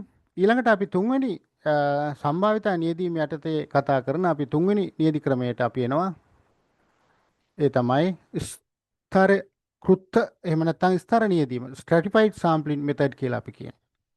මේ ස්තර නියදීම අපි සිදු කරන්නේ අපේ දැන් අපිට මට කියන්න අමතක වුණා මේ සම්භාවිතා නියදීම යටතේ අපි කතා කරපු සසම්භාවයේ නියදීම ඒක සරල සසම්භාව්‍ය නියදීම මේක බොහෝ විට අපි පාවිච්චි කරන නියදී ක්‍රමයක්. මෙම නියදී ක්‍රමය පාවිච්චි කරන්න පුළුවන් වෙන්නේ සංඝාණයේ සමජාතිය නම් විතරයි. සංඝාණයේ සමජාතිය කියලා කියන්නේ ඒකේ විවිධ පුජ්‍යලයන් ඉන්න බෑ.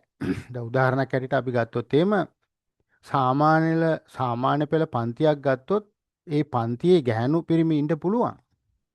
හැබැයි අපි ඒ පන්තියේ ළමයි කියලා ගත්තොත් ඒක සමජාතියයි. දැන් අපේ රිසර්ච් එකේ අරමුණක් තියෙනවා නම් මේ ගැහණු පිරිමි ભેදේ නැත්නම් ස්ත්‍රී පුරුෂ භාවය අනුව කිසියම් දෙයක් අපි හොයනවා කියලා එවැනි අවස්ථාවකදී අපිට ස්තර දෙකක් හැටියට සලකන්න පුළුවන්.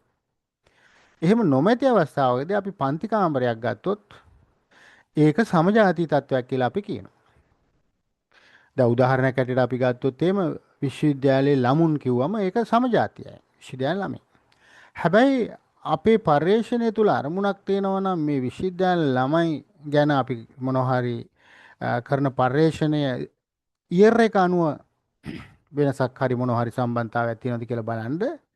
අන්න එවැනි අවස්ථාවකදී විශ්වවිද්‍යාල ළමයි කියන එක අපි ස්තර හතරකට කරනවා ඉයර් හතර. First year, second year, third year, fourth year.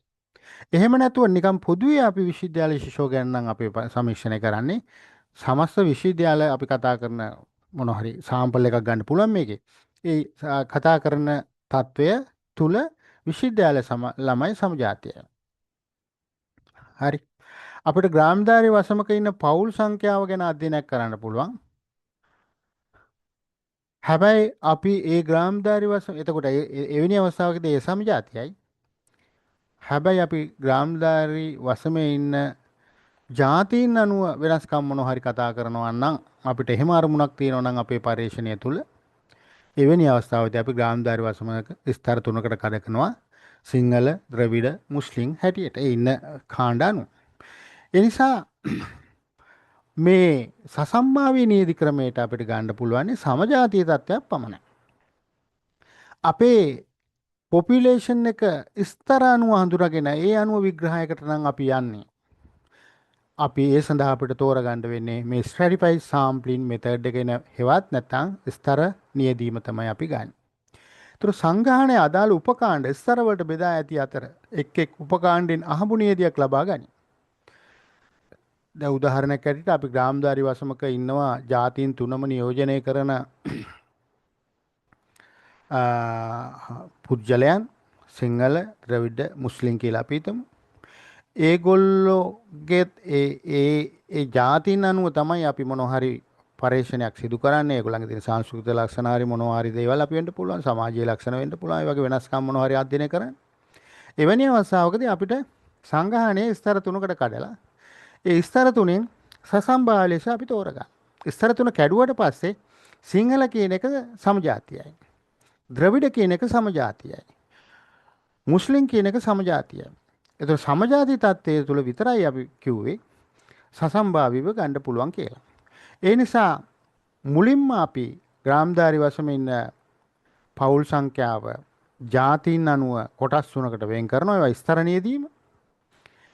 මේ එක් එක් ස්තරයෙන් පුද්ගලයන් තෝරා ගැනීම නියදීට අපිට සසම්භාවී ලෙස කරන්න පුළුවන්. මොකද සිංහල ස්තරය කියන එක සමජාතියයි දැන්. මුස්ලිම් ස්තරය සමජාතියයි. ද්‍රවිඩ ස්තරය සමජාතියයි. ඒ අනුව අපිට මේ ස්තර නියදීම යොදා ගන්න පුළුවන්.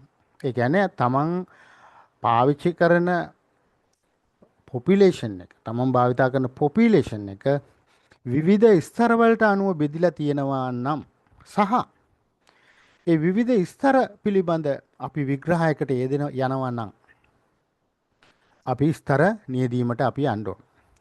උදාහරණයක් ඇටියට සමාගමකට කාන්තා සේවකයන් 800ක් සහ පිරිමි සේවකයන් 200ක් සිට. කාන්තාව 800ක් සහ පිරිමි 200ක් ඉන්න.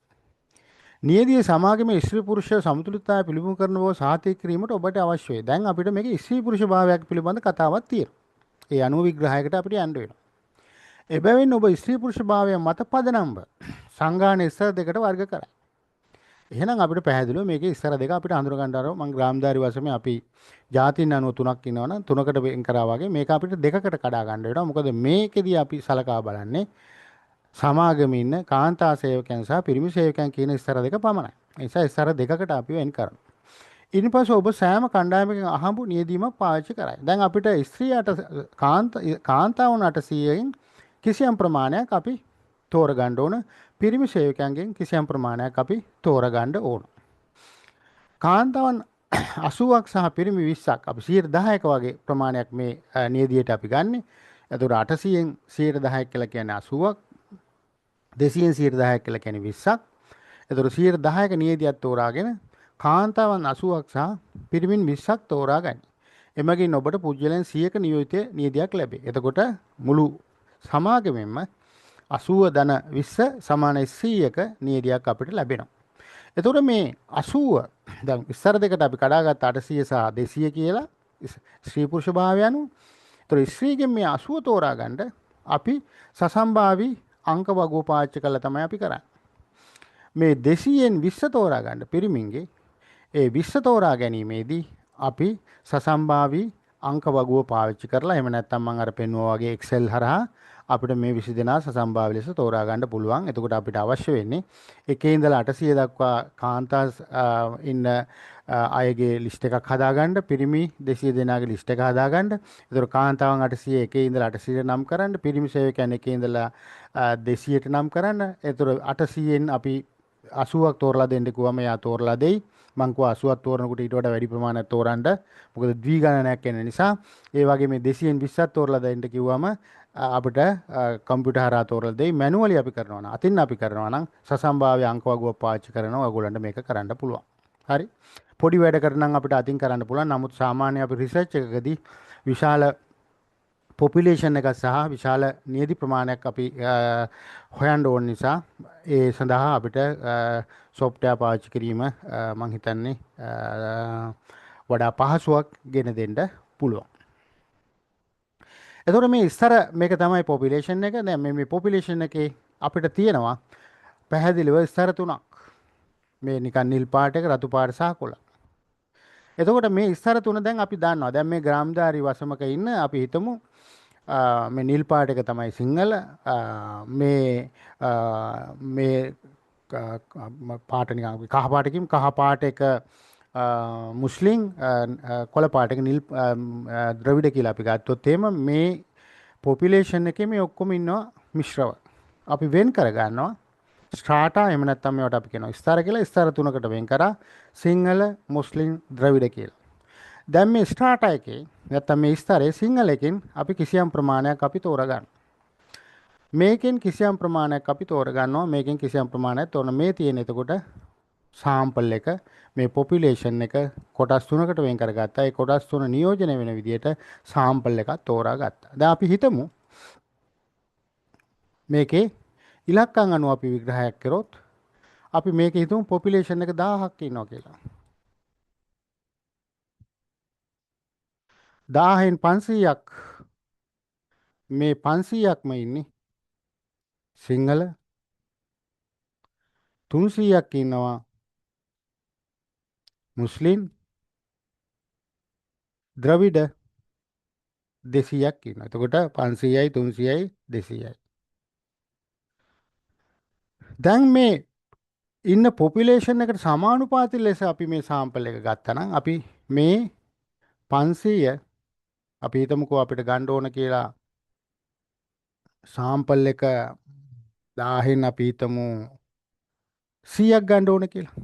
එතකොට 100ක් අපි ගන්න ඕන සාම්පල් එක. හරි. මේ සාම්පල් එක තමයි අපි 100ක් ගන්න. එතකොට අපි කොහොමද ගන්නෙ? 500 බෙදීම මේ 500 ටෝටල් එක, ඒ කියන්නේ 1000 පොපියුලේෂන් එක, මේ සිංහල පොපියුලේෂන් එක ටෝටල් පොපියුලේෂන් එකෙන් බෙදනවා. අපිට අවශ්‍ය සාම්පල් ප්‍රමාණය 50ක් වෙන්නත් පුළුවන්. මම නිකන් 100 කියලා ගත්තා. 50 කෙනෙකුට 50ක් 60ක් 70ක් ඕන එක මේක ඉලක්කම වෙනස් කරන්න පුළුවන්. ඒතර සමානයි මේ දෙකට දෙක කැපිලා ගියාට පස්සේ 50ක් ගන්නවා. මේක අපි ගන්නෙ මුස්ලිම් ජන සංඛ්‍යාව 300යි, මුළු ජන සංඛ්‍යාව 1000යි,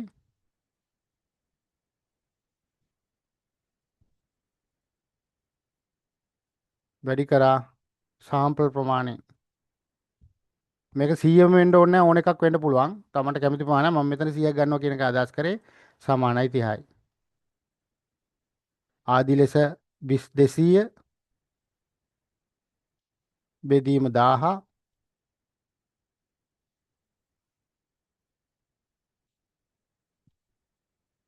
වැඩි කිරීම 100 සමානයි 20යි. එහෙනම් අපි 100 දෙනා තෝරගන්නේ කොහොමද? මේකට සමානුපාතික ලෙස මෙයාගේ වැඩි ඒ නිසා 50 තෝරගත්තා මේක ඊළඟට වැඩි ඒ නිසා 30 තෝරගත්තා මේකේ අඩුයි ඒ නිසා 20 තෝරගත්තා මේක තමයි අපි සාමාන්‍යයෙන් ස්ථර නියති ක්‍රමය යටතේ සාම්පල් තෝරා ගන්නා ක්‍රමවේදය. ඒතර මේ 50 තෝරා ගැනීම සසම්බාල ලෙස සිදු කරන්න ඕන. මේ 30 තෝරා ගැනීම සසම්බාල ලෙස සිදු කරන්න ඕන. මේ 20 තෝරා ගැනීම සසම්බාල ලෙස සිදු කරන්න ඕන. ඒතර මම සසම්බාල ලෙස තෝරා ගැනීමේදී කියපු ක්‍රමවේදය අනුගමනය කරන්න ඕන. එක්කෝ රැන්ඩම් නම්බර් ටේබල් එකක් පදනම් කරගෙන මේක තෝරගෙන යන්න. එහෙම නැත්නම් Excel හරහා මේක SPSS හරහා කරන්න පුළුවන්. මම SPSS වලට ගිය වෙලාවක ඒක කරන විදිය කියලා දෙන්න. Excel හරහා දැනට ඔයගොල්ලන්ට මම කියලා දීපු ක්‍රමවේදය අනුගමනය කරන්න පුළුවන්. එතකොට මම කිව්වා සසම්භාව්‍ය නීති ක්‍රමයක් තෝරා ගැනීමේදී අනිවාර්යයෙන්ම අපිට 100 නම් තෝරගන්න තියෙන සාම්පල් එක 100ට වඩා වැඩි ප්‍රමාණයක් 20ක් විතර වැඩියෙන් තෝරගත්තට කම් නැත. මම නැත් අර සමාන නැත්නම් ද්විගන්නේ සිදුවීම මගහරවා ගැනීමකට සඳහා ඒක අපි කරන්න ඕන. ඊළඟට අපි සම්භාවිතා නියති ක්‍රමය යටතේ පොකුරු නියදීම ක්‍රමවේදයට නැත්නම් නියදි ක්‍රමය ගැන අපි කතා කරමු. මෙහිදී මේක ටිකක් සමාන වෙනවා ස්තර නියදි ක්‍රමයට. අපි දැන් මීට කලින් කතා කරපු ස්තර නියදි ක්‍රමයට මේක ටිකක් සමානයි. නමුත් පොඩි වෙනස්කමක් තියෙනවා. මොකද්ද බලමු අපි මේකේ තියෙන වෙනස. සංඝාණි උපකාණ්ඩ පොකුරු වලට බෙදා ඇත. ඒතකොට ඒකෙදිත් අර අපිට උප කොටස් කීපයක් තියෙන්න පුළුවන්. එකක් නෙවෙයි 3 4 5ක් 6ක් ඊට වඩා වැඩි ගණනක් වෙන්න පුළුවන්. නමුත් එක් එක් උපකාණ්ඩෙන් පුජ්‍යල නියදීම වෙනුවට ඔබ හම්බු ලෙස සම්පූර්ණ පොකුර තෝරා ගනි. මේ විශාල භූගෝලීය වශයෙන් විසිරී ඇති සංගණන සඳහා ප්‍රයෝජනවත් වේ. දැන් උදාහරණයකට අපි කිව්වොත් එහෙම අපි නිකන් උදාහරණයක් මම කියන්නේ අපි ලංකාවේ පොකුරු හැටියට අපි ගත්තොත් පළාත් ලංකාවේ පොකුරු හැටියට පළාත් ගත්තොත් අපි පොකුරු 9ක් තියෙනවා. එතකොට උපකාණ්ඩ 9ක්. ප්‍රොවින්ස් හැටියට එහෙම නැත්නම් පළාත් හැටියට. දැන් අපි මේක ස්තරණීය දීමත් එක්ක සංසන්දනය කරොත් අපි මේ සෑම පළාතකින්ම පළාත් 9න්ම සාම්පල් ගන්න ඕන. අපි අර සිංහල වලින් ගත්තා, ද්‍රවිඩ වලින් ගත්තා, මුස්ලිම් වලින් ගත්තා වගේ පළාත් 9න්ම සාම්පල් ගන්න ඕන. නමුත් මෙහිදී පොකුරු වලදී අපිට එහෙම සෑම එකෙන්ම ගන්න ඕන කියලා අයිතියක් නැහැ. නැත්නම් එහෙම මේ ක්‍රමවේදය තුල එහෙම අවශ්‍ය නැහැ. ඒතර අපි කරන්නේ ඒ පොකුරු වලින් නැත්නම් අපි පළාත් කීපයකින් අපිට පහසු පළාත් කීපයක් තෝරගන්නවා. 9ෙම තෝරගන්නේ නැහැ. ඒතර ඔබ අහමු ලෙස සම්පූර්ණ පොකුර තෝරාගනි මේ විශාල භූගෝලීය වශයෙන් විසිර ඇති සංගායන සඳහා. එතකොට දැන් ලංකාව වගේ දෙයක් විශාල විසිරීමක් පවතින අවස්ථාවකදී අපි සෑම පළාතකම අපි යන්නේ නැහැ. පළාත් කීපයක් අපිට පහසු පළාත් කීපයක් පොකුරු හැටියට අපි තෝරගෙන එය අධ්‍යයනය කිරීම කරනවා. එතකොට මේක එක පැත්තකින් කිසියම් සමාන බවක් පෙන්වනවා ස්තරණීය දීමට. මේකේ වෙනස්කම් මොකුත් තියෙනවා. මොකද මේකේ තියෙන වෙනස තමයි පැහැදිලිව මේකේ ස්තර වලට බෙදෙනවා තමයි. හැබැයි සියලු ස්තර වලින් සාම්පල් තෝරා ගැනීම අනිවාර්ය නැහැ. ඕනම් කරන්න පුළුවන් අනිවාර්ය නැහැ. හැබැයි ස්තරණීය ක්‍රමේදී සෑම ස්තරයකින්ම සාම්පල් එකක් තෝරගන්න ඕන. ඒක තමයි අදහස. දැන් ඔයගොල්ලන්ට පේනවා මේකේ පොකුරු හැටියට section 1, section 2, section 3, section 4 සහ section 5 කියලා පොකුරු පහක් තියෙනවා. නමුත් මේකෙදී මේ පොකුරු පහෙන්ම අපි සාම්පල් තෝරගෙන නැහැ. මේ කිසියම් ප්‍රදේශයක නිවාසවල පිහිටීම මේ. එතකොට මේවා මොනවා හරි හේතුවක් නිසා පොකුරු හැටියට හඳුනාගෙන තියෙන මොනවා හරි ලක්ෂණ අනුව හරි කලාප හරි මොනවා හරි කියලා වෙන්න පුළුවන්. දැන් මේ සෑම පොකුරකින්ම අපි ගෙවල් තෝරගන්නේ. මේකේ තෝරගෙන තියෙන්නේ පොකුරු දෙකකින් විතරයි. පළවෙනි පොකුර සහ පස්වෙනි පොකුරෙන් තෝරා ගැනීමක් සිදු කරලා තියෙනවා. ඒවා සමාන වෙන්නත් පුළුවන්. මේකේ තියෙන ප්‍රමාණයට සමානුපාතික වෙන්නත් පුළුවන්. මේකේ නම් සමානව තමයි තෝරගෙන තියෙන්නේ. මේකේ ගෙවල් ගාන අඩු වුණාට හතරක් තෝරගෙන තියෙනවා. මේකේ ගෙවල් ගාන වැඩි ඒත් හතරක් තෝරගෙන තියෙනවා. ඉතින් මේ ගෙවල් ගානට සමානුපාතික දර අපි ජාතින් අනුව තෝරගත්තා වගේ එහෙම තෝරගන්නත් පුළුවන්. එහෙම නැත්නම් සමාන සාම්පල් එකක් තෝරගන්නත් පුළුවන්. එතකොට මේකේ තියෙන වෙනස දැන් තේරෙන්න ඕන පොකුරු නියදීම සහ ස්තර නියදීම යටතේ. ස්තර නියදීම නම් මේ section 2, 3, 4 වලින් අපි සාම්පල් තෝරගන්න ඕන. නමුත් මෙහිදී එහෙම එකක් සිදු වෙන්නේ නැහැ පොකුරු නියදීමේදී. විශේෂයෙන්ම මේක এডুকেෂන් පැත්තේ කරන පරීක්ෂණවලදී. උදාහරණයක් ඇටියට අපි දන්නවා පාසල් සම්බන්ධයෙන් කරනු ලබන පරීක්ෂණයක් අපි උදාහරණයට ගත්තොත් අපි දන්නවා පාසල් වර්ග 4ක් තියෙනවා. ඒතර මේ පාසල් වර්ග 4 පොකුරු හැටියට ඔයගොල්ලන්ට පාවිච්චි කරන්න පුළුවන්. ඒතර පාසල් වර්ග හතරෙන්ම අපි සාම්පල් ගන්නෙ නැහැ. පොකුරු හතරක් හැටියට අපි ඒවා බෙදා ගන්නවා. ඒකෙන් පොකුරු දෙකක විතරක් මට දැන් මතක නැහැ මොනවද මේ පාසල් වර්ග කියලා. ඒ ටයිප් C ටයිප් මොන හරි කියලා තියෙනවනේ. ඒ වගේ දෙකක් විතරක් ඒ පොකුරු දෙකක් පමණක් අරන් ඒ දෙකේ පාසල් තමන්ගේ අධ්‍යයනය සඳහා යොදා ගැනීමේ හැකියාවක් තියෙනවා. ඒ වගේ අපිට එහෙම පොකුරු කතා අපිට හදාගන්න පුළුවන්. උදාහරණයක්. සමාගම රටපුරා නගර 10ක කාර්යාල තිබේ. සියල්ලනු සමනත තනතුරු දරන සේවකයන් සංඛ්‍යාව සිටී. මොනවා හරි අපි තුන් සමාගමක තියෙනවා ලංකා නගරයක රටපුරා නගර 10ක කාර්යාල 10ක් තියෙනවා. බැංකු කියලා කියමුකෝ අපි. ඒතර බැංකු වල ඉන්න ඒ සේවකයන් තනතුරු කිසියම් ප්‍රමාණයක් තියෙනවා. ඒ තනතුරු වලින් අපිට කිසියම් සාම්පල් එකක් තෝරගන්න ඕනේ. ඔබේ දත්ත රැස් කිරීම සඳහා සෑම කාර්යාලයක යාමට ඔබට ධාරිතාව නොමැති බැවින් අන්න ඒක තමයි මේක අපිට අර ස්තර නීති ක්‍රමයේ වෙනස් වෙන තැන. ඒ නිසා නගර 10ටම අපි යන්නේ නැහැ. එතකොට මේ නගර 10 පොකුරු 10ක් ඇරෙට තමයි මේක සලකන්නේ. එතකොට ඔබ කාර්යාල තුනක් තෝරාගෙන, ඒ කියන්නේ නගර 10ක තියෙන කාර්යාල තුනක් තෝරාගෙන ඒකෙන් අපිට නියදියක් තෝරාගෙන අපිට මේ පොකුරු නියදීම අවසන් කරන්න පුළුවන්. අර මං කලින් කිව්වා වගේ පාසල් වර්ග හතරක් තියෙනවා. ඒ හතරෙන් දෙකක් තෝරාගෙන ඒ දෙකේ පාසල් පිළිබඳ අධ්‍යයනය කරන්න පුළුවන්. දිස්ත්‍රික්ක 25ක් තියෙනවා. 25න් දිස්ත්‍රික්ක 5ක් විතරක් තෝරාගෙන අපිට වැඩේ කරන්න පුළුවන්. පළාත් 9ක් තියෙනවා. පළාත් 9න් පළාත් 3ක් තෝරාගෙන හරි කීයක් හරි අපේ අධ්‍යයනය කරන්න පුළුවන්. ඒ ආදී ලෙස පොකුරු නියදීම ඔයගලන්ට පාවිච්චි කරන්න පුළුවන්. එතකොට සම්භාවිතා නියදි යටතේ අපි නියදි ක්‍රම තුනක් කතා කරා. පළවෙනි නියදි ක්‍රමය තමයි සරල සසම්භාව්‍ය නැත්නම් සසම්භාව්‍ය නියදීම. ඒ සඳහා අපිට සසම්භාව්‍ය අංක වගුවක් පාවිච්චි කරනවා. මේ අවස්ථා තුනේම අපි කතා කරපු සසම්භාව්‍ය නියදීම, ස්තර නියදීම, ඒ වගේම පොකුරු නියදීම කියන අවස්ථා තුනේම තියෙන ලක්ෂණය තමයි මේකේ සංග්‍රහණය අපි දැනගෙන ඉන්න ඕන. කියන්නේ පොපියුලේෂන් එක ගැන අපි දැනගෙන ඉන්න ඕන. නැත්නම් අපිට නියදි රාමුවක් අපිට තියෙන්න ඕන. නැත්නම් මේකේ සාම්පල් තෝරගන්න බෑ. නියදි තෝරා ගැනීම හැකියාවක් නැහැ. දෙවෙනි කාරණාව තමයි අපි මේක සසම්භාව්‍ය අංක වගු පාවිච්චි කරනවා. මොකද හේතුව කෙලිම සසම්භාව්‍ය නියදි ක්‍රමයටදී කෙලිම සසම්භාව්‍ය අංක වගුවක් පාවිච්චි කරනවා. ස්තර නියදීමේදී ස්තර වලට කඩාගෙන සසම්භාව්‍ය අංක වගු පාවිච්චි කරනවා. පොකුරු නියදීමේ පොකුරු වලට කඩාගෙන පොකුරු වලට වෙන් කරගෙන ඒ පොකුර ඇතුලේ සාම්පල් එක තෝරා ගන්න නියදිය තෝරා ගන්න අපිට සසම්භාව්‍ය අංක වගුව පාවිච්චි කරන්න ඕන. මම කොහොම මේක අංක වගුව පාවිච්චි කරනවට වඩා අපි දැන් කම්පියුටර් හරහා දැනට මම Excel හරහා මේක කොහොමද ගන්න කියන එක කියලා දීලා තිනවා. ඒ අනුව තමන්ගේ පරිශ්‍රණය සඳහා කිසියම් නියදීමක් පාවිච්චි කරනවා නම් මේ නියදි තුන ඔයගොල්ලන්ට පාවිච්චි කරන්න පුළුවන්. හැබැයි මේ නීති ක්‍රම තුනේදීම සලකා බලන්නේ අපි සංගහණය ගැන දැනගෙන ඉන්නම ඕන. සංගහණය ගැන නොදන්නා අවස්ථාවක් ආවොත් අපි යන්න වෙනවා සම්භාවිතා නොවන නියදි ක්‍රමවලට. ඒ නිසා එතකොට අපි සම්භාවිතා නියදි ක්‍රම යටතේදී ප්‍රධාන නියදි ක්‍රම තුනක් අපි කතා කරා. සම්භාවිත නැත්නම් සසම්භාව්‍ය නියදි ක්‍රමය, ස්තර නියදි ක්‍රමය සහ පොකුරු නියදි ක්‍රමය. එතකොට මේ සෑම නියදි ක්‍රමයක් සඳහාම අපිට සංගහණය ගැන අපි දැනගෙන ඉන්න ඕනේ. ඒ වගේම මේකේ සසම්භාවි කතාවකුත් තියෙන වග මතක තියාගන්න ඕන. අපිට කිසියම් ආකාරයකින් අපි පොපියුලේෂන් එක දන්නේ නැත්නම් අර මං වගේ වෙළඳපොළ සමීක්ෂණයක් වගේ එකකදී කිසියම් පොලක පාරිභෝගිකයන්ගේ හැසිරීම, රෙදි සාප්පුවක පාරිභෝගිකයන්ගේ හැසිරීම කියන එක අපි ගන්න ගියොත් අපිට ඇත්තටම ඒකේ පොපියුලේෂන් එක, ඒ පාරිභෝගිකයන්ගේ ලිස්ට් එකක් අපිට නැහැ. අන්න එවැනි අවස්ථාවකදී තමයි අපි සම්භාවිතා නොවන නියදි ක්‍රමවලට අපි යන්නේ.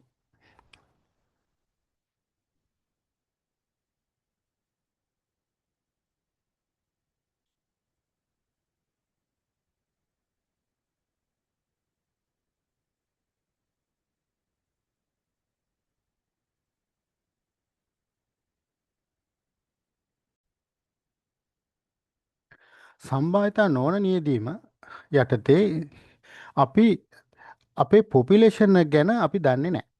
ඒ කියන්නේ වෙන විදිහකට කියනවා නම් පොපියුලේෂන් එක ගැන දන්නේ නැහැ කියන එක තව විදිහකට කියනවා නම් අපිට නියදි රාමුවක් නැහැ. તો නියදි රාමුවක් අපිට සකස් කරගන්න පුළුවන් වෙන්නේ පොපියුලේෂන් එක ගැන දන්නවනම් විතරයි. ඒ කියන්නේ සංගහනය ගැන දන්නවනම් විතරයි. ඒතකොට එවැනි අවස්ථා අපිට තියෙන අර මං කිව්වේ වෙළඳපොළ සමීක්ෂණ වගේ දේවල්වලදී අපි දන්නේ නැහැ. පොපියුලේෂන් එක ගැන අපිට අයිඩියා එකක් අදහසක් නැහැ. අන්න එවැනි අවස්ථාවකදී අපිට පුළුවන් මේ සම්භාවිතා නොවන නියැදීම පාවිච්චි කරන්න. ඒතර සම්භාවිතා නොවන නීති ලබා ගැනීමේ පහසුව පරීක්ෂක විනිශ්චය වැනි ආපු නොවන නිර්ණායක මත පදනම්ව පුජ්‍යලෙන් තෝරා ගන්නු ලැබේ. එතකොට ඒ වගේම මේකේ තියෙන තව ලක්ෂණයක් තමයි අපි අර සම්භාවිතා සසම්භාවී අංක වගු වගේ දේවල් අපිට පාවිච්චි කරන්නේ නැහැ මෙතනදී. මොකද ඒක පාවිච්චි කරන්න පුළුවන් වෙන්නේ අපිට නියති රාමුවක් නැත්නම් පොපියුලේෂන් එකේ ලිස්ට් එකක් අපි ළඟ තියෙනවා නම් විතරයි මේ දෙයක් පාවිච්චි කරන්න පුළුවන්. ඒ නිසා මෙවැනි අවස්ථාවකදී සම්භාවිතාවය කියන එක නැත්නම් සසම්භාවී කියන අදහස නැත්නම් සසම්භාවී අංක වගු කියන දේ අපි මෙහිදී පාවිච්චි කරන්නේ නැහැ. මෙම ක්‍රමයට නීති ලබා ගැනීමේ නැඹුරුතාවයක් ඇතිවීමේ වැඩි අවධානමක් ඇති අතර ඒ කියන්නේ බයස් ගතියක් වැඩි. ඒ කියන්නේ මේ සම්භාවිතා නොවන නීති ක්‍රමය තුළ පර්යේෂකයාට ඕන විදියට සාම්පල් එක තෝරා ගැනීමට සිදුවීම හැකි නිසා සිදුවෙන්න පුළුවන් බොහෝ විට ඒ අවදානම ඒ කියන්නේ ඒකේ තියෙන අවදානම එහෙම නැත්නම් නැඹුරු වීම බයස් ගතිය වැඩි වෙන්න පුළුවන් එය පර්යේෂණයේ ප්‍රතිඵලයට නැත්නම් අපි පර්යේෂණයෙන් අපි බලාපොරොත්තු වන අවසාන ප්‍රතිඵලයට මේක බලපාන්න පුළුවන්. ඒ නිසා තමයි බොහෝ විට අපි කියන්නේ මේවා සසම්භාවී ලෙස නැත්නම් සම්භාවිතා නීති ක්‍රම වලින් අපිට පර්යේෂණ සිදු කරන්න පුළුවන් නම් ඒ ඊට හොඳ දෙයක්. නමුත් සමහර අවස්ථාවලදී අපිට අර මං කිව්වා වගේ පොපියුලේෂන් එක නොදන්නා අවස්ථාවකදී අපිට මේ සම්භාවිතා නොවන නීති ක්‍රම වලට යන්න සිදු වෙනවා. එතකොට ඒ සාමාන්‍ය ගවේෂණාත්මක හා ගුණාත්මක පරීක්ෂණවලදී භාවිතා වේ. එතකොට ගුණාත්මක පරීක්ෂණ සඳහා මේක පාවිච්චි කරාට ප්‍රමාණාත්මක පරීක්ෂණ සඳහා අපි අර කලින් අපි සඳහන් කරපු සම්භාවිතා නීති ක්‍රම තමයි බොහෝ විට අපි පාවිච්චි කරන්න නැත්නම් පාවිච්චි කිරීම සඳහා වැඩි අවධානයක් යොමු කරන්නේ. දැන් අපි බලමු මේ සම්භාවිතා නොවන නියති ක්‍රම යටතේ අපිට ඉගෙන ගන්න තියෙන නියති ක්‍රම මොනවද කියන කාරණාව. කන්වීනියන්ස් සාම්පලින් පහසු නියදීම අපි විස්තරාත්මක කතා කරනවා. පොසිව් සාම්පලින් අරමුණු නියදීම, ඒ වගේ ස්නෝබෝල් හිම බෝල, ඒ වගේම කෝටා නියදීම වගේ දේවල් සම්භාවිතා නොවන නියති ක්‍රමයට අයිති වෙනවා. ඒවට අර මං කිව්වා වගේ එක පැත්තකින් අපි පොපියුලේෂන් එක ගැන දන්නා, ඒ වගේම අපි පොපියුලේෂන් නොදන්නා නිසාම අපි සම්භාවිතාවය කියන එක මේන් අයින් කරලා තිනවා. නැත්නම් සසම්භාව්‍ය අංක වගු පාවිච්චි කිරීම සිදු කරන්නේ නැහැ. පහසු නියදීම මේ මෙම නියදිය පර්යේෂකයට වඩාත් පහසුවෙන් ප්‍රවේශ වෙන්න පුළුවන් පුජ්‍යලයන් හෝ ප්‍රදේශ සම්බන්ධ කරගෙන තමයි මේක සිදු කරන්නේ. එතකොට මේක හැම වෙලාවෙම පරිශන කරන පුජ්‍යලයන් සම්බන්ධයෙන් විතරක් නෙවෙයි පරිසර සම්බන්ධයෙන් කරන අවස්ථාවේ වුණත් මේක පුජ්‍යලයන්ට අපිට ප්‍රවේශ වෙන්න මේ පහසුව වගේම ප්‍රදේශ වලට ප්‍රවේශ වෙන්න වඩා පහසුවත් මේ පහසු නීති ක්‍රමයේ යටතේදී අපිට කතා කරන්න පුළුවන්. ඒ මූලික දත්ත රැස් කිරීමට පහසු සහ ලාභදායක ක්‍රමයක නමුත් ප්‍රතිඵල පුළුල් සංග්‍රහණයට සාමාන්‍යීකරණය කළ නොහැකිය. දැන් අපි නියති සමීක්ෂණයක් කරනවා නම් ඒ නියතියෙන් ලබා ගන්නා ප්‍රතිඵල සංග්‍රහණයට අදාළව කතා කිරීමේදී සාමාන්‍යීකරණය කිරීමේදී ජෙනරලයිස් කිරීමේදී මේක කිසියම් අවාසිය සහගත තත්වයක් වෙන්න පුළුවන්. නමුත් අපිට කරන්නම දෙයක් නැත්නම් ඒ කියන්නේ පොපියුලේෂන් ගැන නොදන්න අවස්ථාවකදී අපිට සම්භාවිතා නොවන නීති ක්‍රම පාවිච්චි කරන්න සිද්ධ වෙනවා.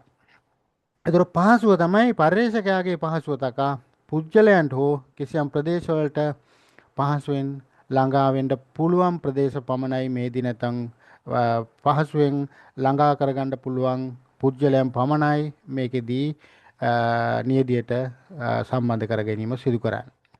දැන් මේ රූප ශ්‍රාන්ති ආදී බැලුවම සරලව තේරුම් ගන්න පුළුවන් මේ පහසු නියදි ක්‍රමය. මේ කාන්තාවට අවශ්‍යයි මේ පුජ්‍යලයාගෙන් කිසියම් අදහසක් විමසීම.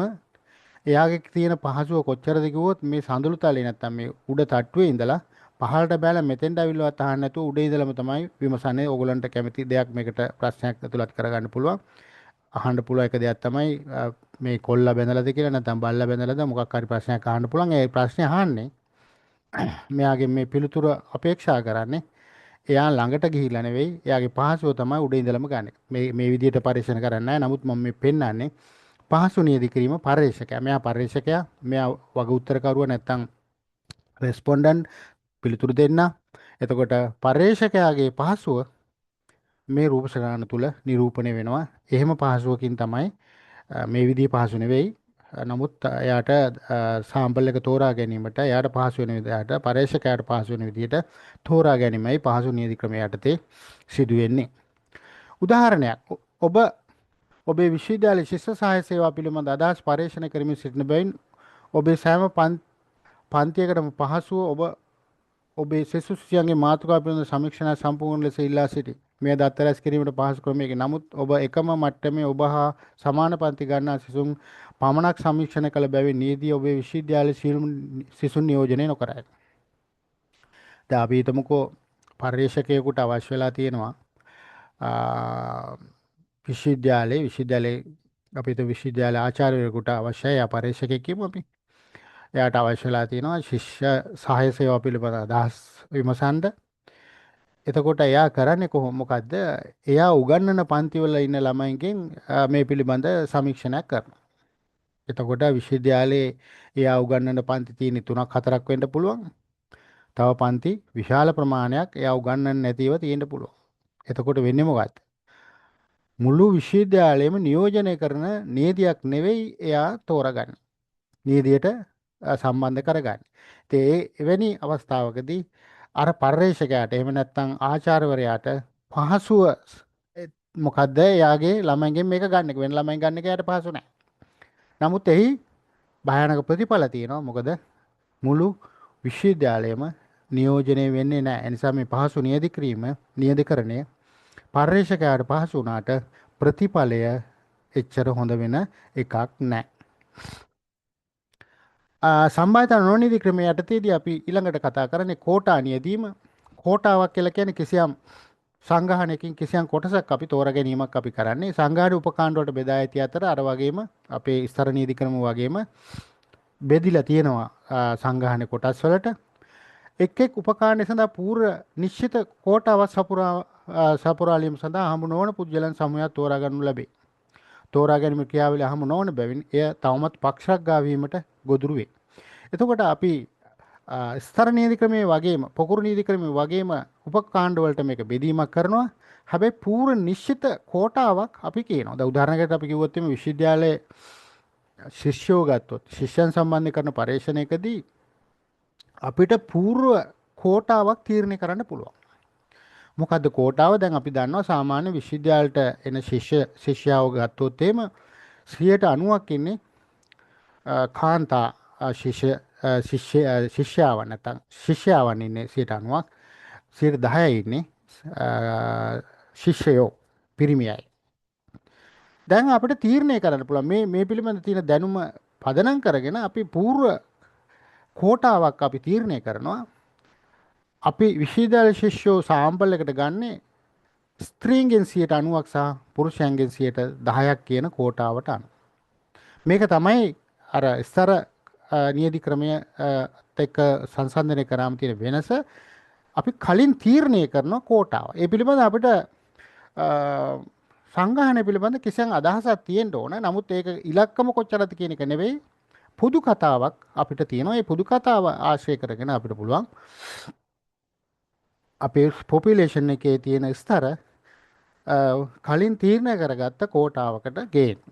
දැන් අපි ගත්තොත් එimhe මේ පොපියුලේෂන් එක මේකේ වැඩි ප්‍රමාණයක් ඉන්නේ මේල් පිරිමි අය අඩු ප්‍රමාණයක් තමයි කාන්තාවෝ ඉන්නේ. එවැනි අවස්ථාවකදී අපිට 60-40 කෝටාව තීරණය කරනවා 60 සහ 40. මොකද 60 තීරණය කරන්නේ පිරිමි වැඩි නිසා. මේක වර්තමාන තත්ත්වේ නම් මේක අනිත් පැත්ත. නමුත් මේ උදාහරණයට අනුව මේල් වැඩි ෆීමේල් අඩුයි. ඒ නිසා 60-40 කෝටාවකට අපි එනවා. 60-40 කෝටාවකට ආවම අපි 10 දෙනෙක් ගන්නවා නම් ඒ 10 දෙනෙක්ගෙන් 6 දෙනෙක් පිරිමි වෙනවා. 4 දෙනෙක් ගැහැණු වෙනවා. එතකොට මේක තමයි අපේ සාම්පල් එක. එතකොට කෝටා සාම්පල් එකේදී මෙන්න මෙයා තීරණය කරන්න වෙනවා කලින් අපි. දැන් අපි ස්තර නීති ක්‍රමයේදී කරේ අපි ගත්ත ඉන්න ප්‍රමාණයට අනුව අපි ගන්න නීති කොච්චරද කියන කාරණාව මත තීරණය කිරීමක්. නමුත් මෙය ඊට පෙර පූර්ව කෝටාවක් අපි තීරණය කරලා ඒ පූර්ව කෝටා තීරණය කරන්න අපිට කිසියම් දැනුමක් තියෙන්න ඕන.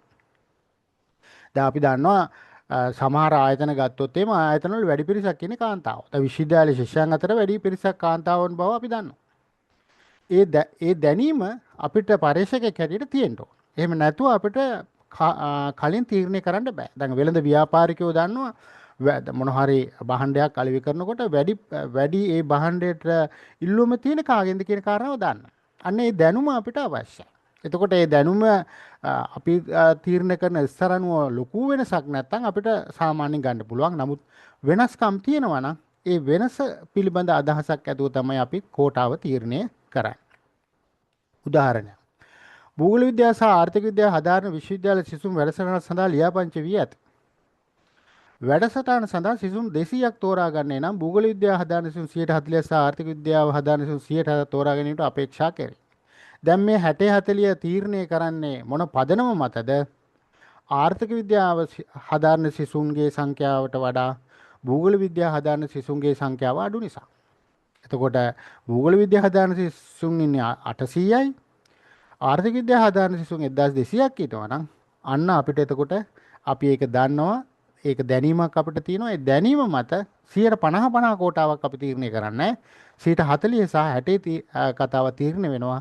එකක් වැඩිවීමට අපි අපේ තියෙන දැනුම අපි තියෙන දන්න පොපියුලේෂන් එක පිළිබඳ අදහස අපිට පාදක කරගෙන අපිට කෝටාවක් තීරණය කරන්න පුළුවන්. එවැනි අවස්ථාවකදී මේක ඉස්තර නීති ක්‍රමයත් එක්ක පටලවා ගන්න එපා. මොකද ඉස්තර නීති ක්‍රමයේදී අපි නියදියට තෝරාගන්නේ ඉන්න මුළු පොපියුලේෂන් එකත් එක්ක ඒකේ තියෙන ඉලක්කමට සමානුපාතික ලෙස තමයි අපි තෝරගන්නේ.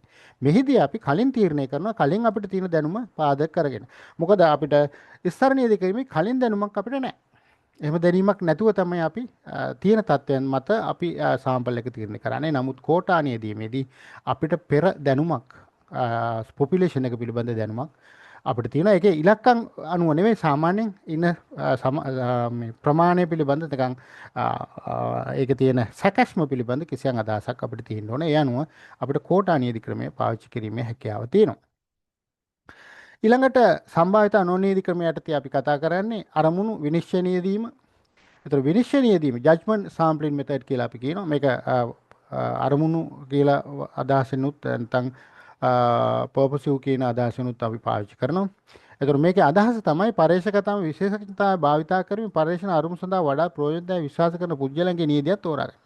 දැන් මම පරේක්ෂකයා නම් මගේ මම ඒ පරේක්ෂණ ශාස්ත්‍රයේ තියෙන විශේෂඥතාවය හේතු කොටගෙන මම දන්නවා මට අවශ්‍ය කරන දත්ත ලබා ගන්න වඩා සුදුසු පුද්ගලයන් කවුද කියන කාරණා. උදාහරණයකට අපි ගත්තොත් එහෙම සෞඛ්‍ය ශාස්ත්‍රය කරන පරීක්ෂණයකදී ඒ සෞඛ්‍ය සේවාවේ වැඩ කරන පුද්ගලයෝ ඉහළ සිට පහළ දක්වා මට අවශ්‍ය කරන දත්ත ලබා ගන්න පුළුවන් වඩා සුදුසු පුද්ගලයෝ කවුද කියන එක මම දන්නවා. ඒ දැනීම පදනම් කරගෙන මට නිදහස තියෙනවා පරීක්ෂකයා හැටියට පුද්ගලයන් තෝරා ගන්න. මේක කෙනෙකුට තේරෙන්න පුළුවන් මේක බයස් සාම්පල් එකක් කියලා. නමුත් මෙතන අපි බයස් සාම්පල් එකක් හැටියට සලකන්නේ නැහැ. මොකද මේක මට හොඳ දත්ත පද්ධතියක් සකස් කර ගැනීම සඳහා පමණක් මගේ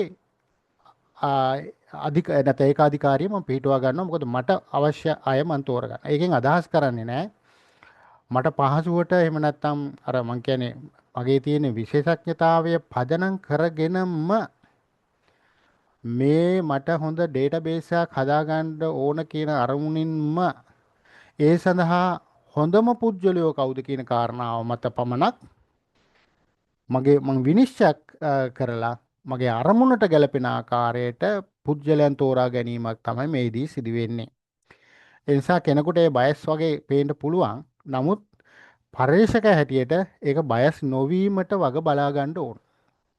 අවංක අරමුණ Tamanට හොඳ දත්ත පද්ධතියක් හොයා ගැනීම සඳහා හොඳ නිලධාරීන් නැත්නම් හොඳ පුද්ගලයන් පිරිසක් තෝරා ගැනීම කියන පදනම මත තමයි මේ අරමුණු එහෙම නැත්නම් විනිශ්චය ක්‍රමය අපි පාවිච්චි කරන්නේ. එතකොට මේ පොපියුලේෂන් එක පරේක්ෂකයා තීරණය කරනවා මේ අයගෙන් මගේ පරීක්ෂණය සඳහා අවශ්‍ය කරන ඩේටා ලබා ගැනීම සඳහා වඩා සුදුසු පුද්ගලයෝ කවුද කියලා කීප දෙනෙක් අපි තෝරගන්නවා. ඒතර මේකේ අර සසම්භාවි කතාවක් ඒ මුකුත් නැහැ. කෙලින්ම පරේක්ෂකයාගේ තීරණය මේක බයස් විදිහට ගන්න හොඳ නැහැ. මෙයා කාන්තාව නිසා ගන්නවද මෙයා පිරිමියෙක් නිසා ගන්නවද කියන කාරණා නෙවෙයි වැදගත් වෙන්නේ. මෙන්න මෙයාගෙන් මට ගන්න පුළුවන් හොඳ දත්ත ටිකක් මේ නිලධාරියාගෙන් මේ නිලධාරියා තමයි මට වඩා සුදුසු මගේ පරීක්ෂණ මෙහෙයුම සඳහා අවශ්‍ය කරන දත්ත ලබා ගන්න. මේ නිලධාරියා තමයි වඩාත් ඒ සඳහා සුදුසු ආදී ලෙස අපි තෝරා ගැනීම අපි සිදු කරන්න ඕන. ඒ වගේම අරමුණු නියදයට අපි උදාහරණයක් ගත්තොත් ඔබ විශ්වවිද්‍යාලයේ ආබාධ සිසුන් ගේ අදහස් සහ අත්දැකීම් පිළිබඳ වැඩි විස්තර දැන ගැනීමට ඔබට අවශ්‍ය නම් එබැවින් ඔබ ශිෂ්‍ය සේවා සමග ඔවුන්ගේ අත්දැකීම් පිළිබඳ විවිධ දත්ත රැස් කිරීම සඳහා විවිධ සහාය අවශ්‍යතා ඇති සිසුන් ගණනාවක් හිතමතාම තෝරාගනු ලැබේ. අපිට ආබාධිත දැන් අපේ විශ්වවිද්‍යාලය ගත්තම ආබාධ ශිෂ්‍යෝ ගොඩක් ඉන්නවා. අපි ඒක ආබාධිත කියලා අපි දැන් පාවිච්චි කරන්නේ නැහැ. විශේෂ අවශ්‍යතා ශිෂ්‍යෝ කියලා තමයි අපි පාවිච්චි කරන්නේ. මේ පොදු කතාව ආබාධ ශිෂ්‍යයන් කියන කාරණාව අපි මේ වචනේ පාවිච්චි කරන්නේ නැහැ ඇත්තටම. එතකොට විශේෂ අවස්ථාවන් සඳහා ඉන්න සිසුන් පිළිබඳ ඒගොල්ලන්ගේ අත්දැකීම් හරි මොනවා හරි දේවල් සම්බන්ධයෙන් කරන පරීක්ෂණයකදී අපිට තීරණය කරන්න පුළුවන් ඒ විශේෂ අවශ්‍යතාවය තියෙන ශිෂ්‍යයන්ගෙන් මොන ශිෂ්‍යයෝද අපි තෝරගන්නේ. දැන් මේකේ ඉන්න පුළුවන් විවිධ අවශ්‍යතාවයන් තියෙන අය. සමහර අයගේ ඇස් පෙනීම නැති වෙන්න පුළුවන්, සමහර අයගේ කන් ඇහෙන්නේ නැති වෙන්න පුළුවන්, සමහර අයගේ අත් නැති වෙන්න පුළුවන්, සමහර අයගේ පා නැති වෙන්න පුළුවන්. අන්න ඒ වගේ. ඒතර අපිට පරේක්ෂක හැටියට හිතන්න පුළුවන් මේ අයගෙන් මම කාවද තෝරගන්නේ මගේ අවශ්‍ය කරන පරීක්ෂණ සඳහා කියලා අපිට එහෙම පරීක්ෂකයාට තීරණය කළා ඒ අය නියෝජනය කරන ආකාරයට ශිෂ්‍යයෝ කීප දෙනෙක් තෝරා ගැනීම අපිට මේ නීති ක්‍රමය යටතේ සිදු කරන්න පුළුවන්. ඊළඟට අපි එනවා සම්භාවිත අනුවන නීති ක්‍රමය යටතේ හිම බෝල ස්නෝබෝල් සාම්ප්ලින් මෙතඩ් එකට. මේ සාම්ප්ලින් එක අපි ඇත්තටම පාවිච්චි කරන්නේ විශේෂයෙන්ම මේ අපිට සැබෑ ලෝකයේදී මතුවලා නොපෙනෙන දේවල්. ඒවට අපි කියනවා සාමාන්‍යයෙන් මොනවද අපිට කියන්නේ නීති විරෝධී වගේ. ඒ කියන්නේ අපිට උඩට වැඩිය පේන්නේ නැහැ. සමහර ඒවා අපිට පේන දේවල් තියෙනවා නොපෙනෙන දේවල්. දැන් උදාහරණයකට අපි කිව්වොත් එහෙම කසිප්පු නීති විරෝධී මද්ද්‍රව්‍ය කියන එක බොන පුද්ගලයෝ අපි දැක්කට අනිත් ඒවා අපිට පේන්නේ නැහැ. දැන් බීලා යනකොට එයාගේ තියෙන ඇක්ෂන් එක අනුව හෝ එයාගෙන් එන මොනවා හරි වාහනේ වෙන සුවඳ හරි ගඳ හරි පදනම් කරගෙනට මෙයා මොනවා හරි බීලා කියලා අපිට කියන්න පුළුවන්. හැබැයි එතනින් එහා ගිය தත්ත්වය අපිට පේන්නේ නැහැ සමාජය තුළ. ඒ හදන අය කවුද? ඒවා ඩිස්ට්‍රිබියුට් කරන්න අය කවුද? ඒවා අලෙවි කරන්නේ කවුද කියන එක පිළිබඳව අපිට පේන්නේ නැහැ. ඒ වගේම අපි ගත්තොත් එහෙම ගණිකා වෘත්තිය වගේ දෙයක් මේක අපිට උඩට පේන්නේ නැහැ. අන්න එවැනි දේවල් සඳහා අපිට මෙන්න මේ හිම බෝල පාවිච්චි කරන්න පුළුවන්. මේක අදහස් කරන්නේ ඒවා නොවන වෙන දෙයක් සඳහා මේක හොඳ නැහැ කියන කාරණාව නෙවෙයි. නමුත් අපි බහුලව පාවිච්චි කරන්නේ මෙන්න මේ සමාජය තුල කැපී පෙනෙන ලෙස නොපෙනෙන දේවල් පිළිබඳ අදහසක් ලබා ගන්න. ඒකද සිදු වෙන්නේ මේ හිම බෝල ඔයගොල්ලෝ දන්නවා සාමාන්‍යයෙන් සාගරයේ හිම පීටලා තියෙන්නේ කිසියම් ත්‍රිකෝණාකාර හැඩයකට.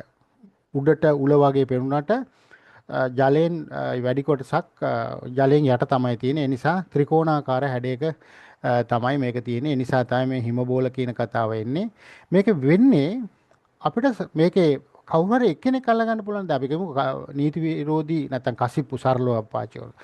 කසිප්පු සම්බන්ධයෙන් කරන පරීක්ෂණයකදී අපිට අල්ලගන්න පුළුවන් කෙනෙක් තමයි කසිප්පු බීලා ඉන්න එක්කෙනා අල්ලගන්න පුළුවන්. ඒතකොට අපි ඉස්සල්ලාම අල්ලගන්නේ එක්කෙනයි. අර උල තමයි අල්ලගන්නේ. ස්නෝබෝල් එකේ මුදුන තනි එක්කෙනෙක්. ක්‍රමක්‍රමයෙන් පහළට යනකොට අපිට විශාල පුජ්‍යල ප්‍රමාණයක් අපිට මේකට සම්බන්ධ කරගන්න පුළුවන්. කොහොමද සම්බන්ධ කරගන්නේ?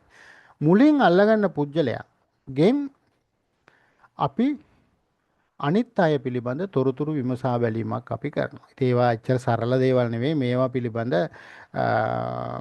එහෙම අදහසක් ගන්න තරම් අපි පරිශ්‍රකයා හැටියට දක්ෂ වෙන්න ඕන. ඒ කියන්නේ බොරු කියලා නෙවෙයි.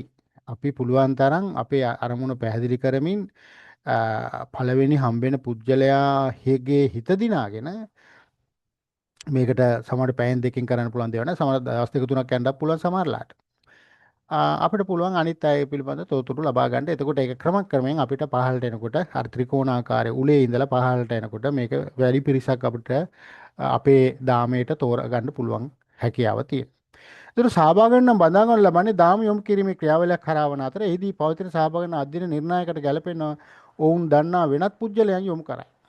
එතකොට දැන් අපි එක්කෙනෙක් අපි නිකන් හිතමු කසිපු බීලා ඉන්න එක්කෙනෙක් අපි අල්ලගත්තාම අපිට බලන්න පුළුවන් එයාත් එක්ක කතා කරලා තව කසිපු බොන අය කවුද? ඒගොල්ලොත් එක්ක සම්බන්ධ වෙලා අපිට ආන්න පුළුවන්. මේකේ ඔක්කොම දාමයෙන් අපිට අල්ල ගන්න ඕන නම් ඔයා කොහෙන්ද බොන්නේ? ඒතර අලෙවි කරන එක්කෙනා අල්ල ගන්න පුළුවන්. අලෙවි කරන අය කීප දෙනෙක් එක්ක අපි කතා කිරීම තුළ බෙදා හරින්න අල්ල ගන්න පුළුවන්.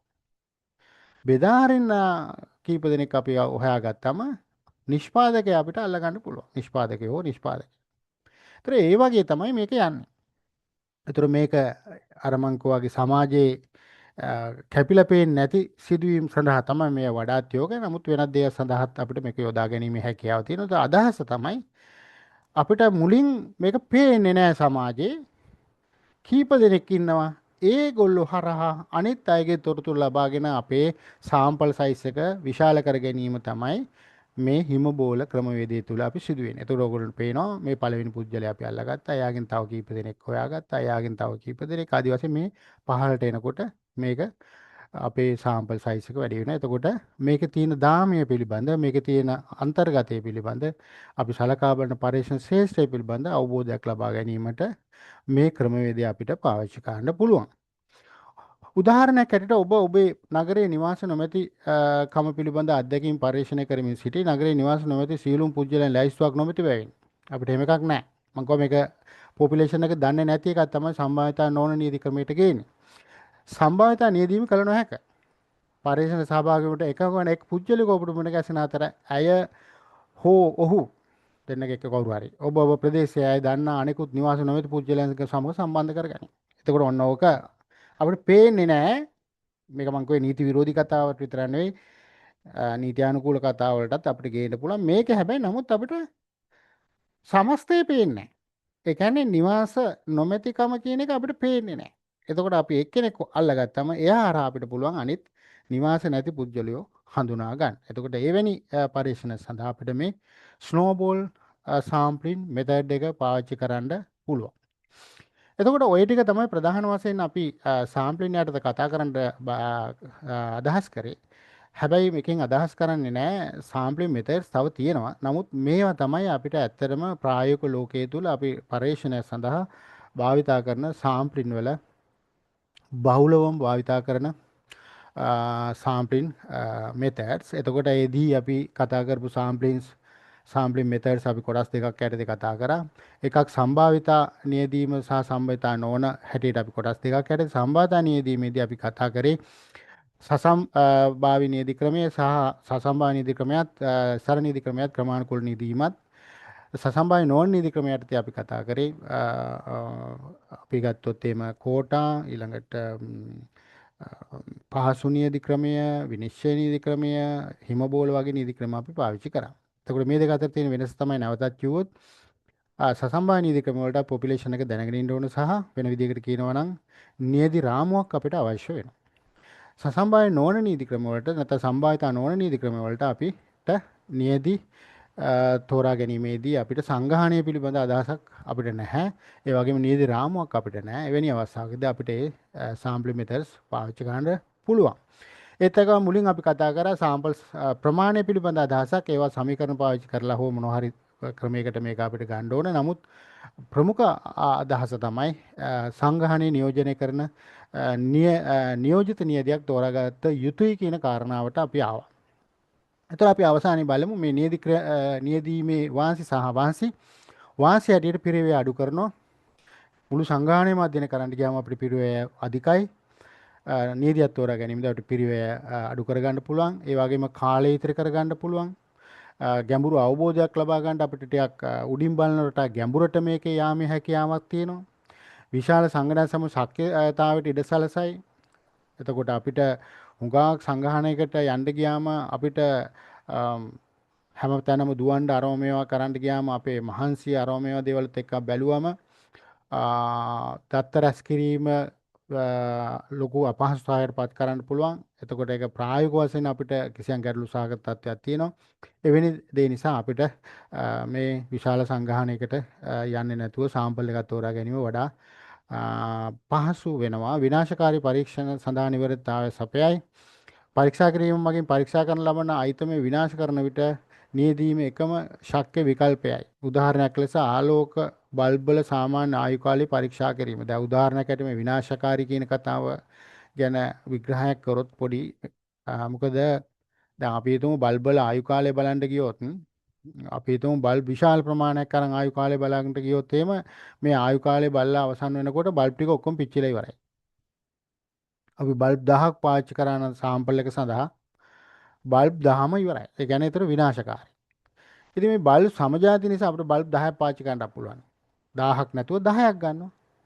ඒතර අපි විනාශය අඩු කරගන්න පුළුවන්. අන්න එවැනි පරීක්ෂණ සඳහා අපි මේ වගේ දේවල් පාවිච්චි කරන අවස්ථාවේදී විශාල සාම්පල් ප්‍රමාණයක් ගෙනලා විනාශ කිරීම නැත්නම් ඒවා පිළිබඳ පරීක්ෂා කිරීමේදී අපි උදාහරණයකට වාහන වර්ගයක් නිෂ්පාදකයෙක් කියනවා එයාගේ වාහන වර්ගයේ පෙට්‍රල් ලීටර එකකින් 30ක් දුවනවා කියලා. අපි හිතමු 3 wheel එකක් කියලා. එතකොට 3 wheel මේක පරීක්ෂා කරන්න එකම වර්ගයේ 3 wheel නම් එකම කම්පැනි එක නිෂ්පාදනය කරලා තියෙන්නේ 3 wheel පහක් යොදාගෙන මේ වැඩේ කරන්න පුළුවන් අපිට.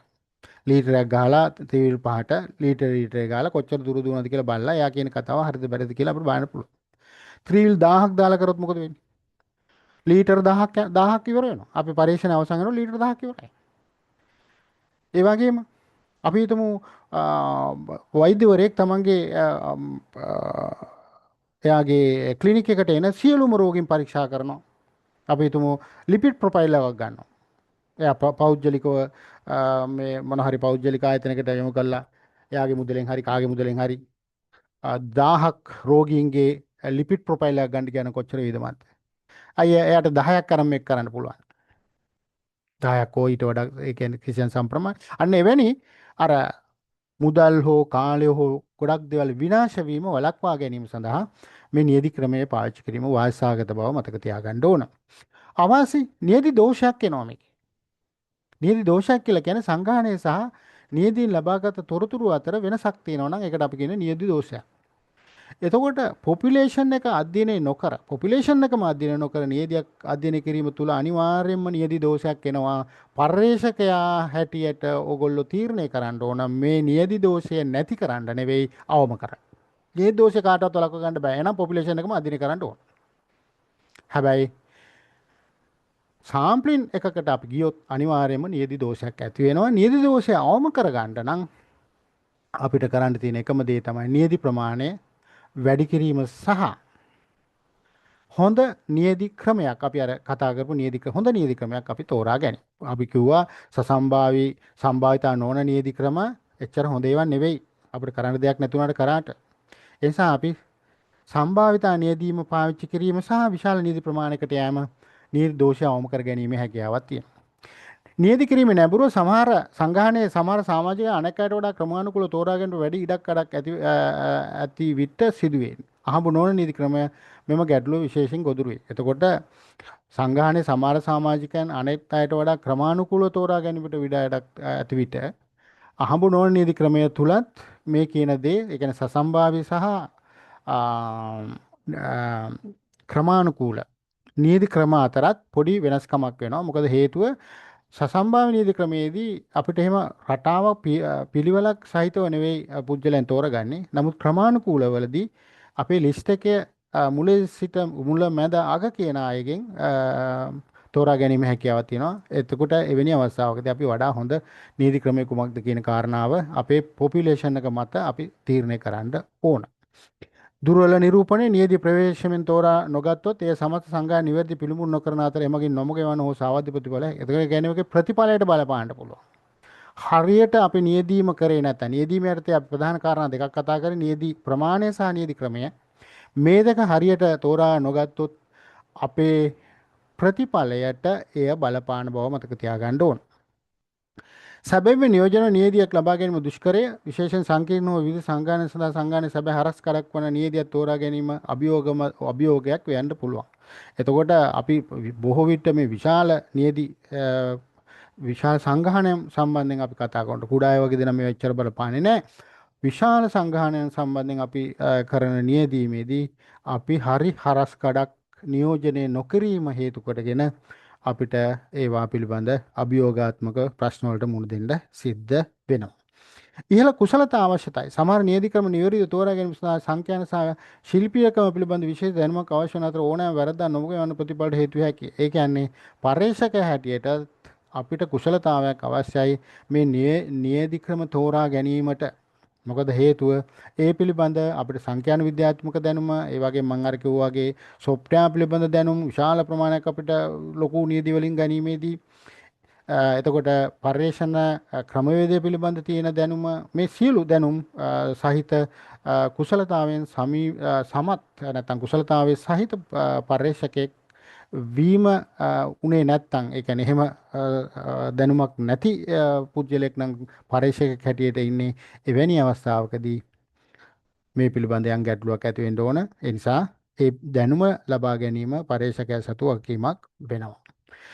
එතකොට මම කිව්වා නීති දෝෂයක් ගැන අපි කතා කරා. එතකොට නීති දෝෂය anu සමත් සංගායන ලක්ෂණ අස්තපක කිරීම සඳහා නීතියක් භාවිතා කරන පැන නගින ස්වභාවික විෂමතාවය. එතකොට මේක ඕනෑම සංගාහනයකින් නීතියක් තෝරාගෙන කිරීමේදී ඇති වෙන කාරණාවක් මම කිව්වා මුලින්දුත්. මේක අනිවාර්යෙන් නීති දෝෂයක් වෙනවා. නීති සමීක්ෂණයක් කිරීම තුළ අපි කරන්න ඕන හොඳ නීති ක්‍රමයක් සහ හොඳ සාම්පල් සයිස් එකක් නීති ප්‍රමාණයක් තෝරාගෙන මේ නියදි දෝෂය අවම කරන්න නැති කරගන්න බෑ. නියදි දෝෂය අවම කර ගැනීමයි අපි කරන්නේ. නියදයක් විශාල කණ්ඩායමක් උපකෝලයක් පමණ බෑ. ඒ ප්‍රතිඵල කාලතුලින් සම්පූර්ණ සංගායන ප්‍රතිවර්ධ පරිපූර්ණ ලෙස ගැළපේ නියදි දෝෂය වරදක් නොවන නියදයක් භාවිතා කිරීමේ ආවනික ලක්ෂණයි. එතකොට අපි පුළුවන් තරම් මේ නියදි දෝෂය අවම කර ගැනීමට උත්සාහ දරන්න ඕන කියන කාරණාවයි මෙහිදී අපිට මතක් කරන්න වෙන්නේ. අහඹු නියදියක් සහ එය නියෝජනය කරන සම්පූර්ණ සංගායන අතර ස්වභාවික විචලන හේතුවෙන් පැනනගින නොයලක්කේ කී දෝෂයක්.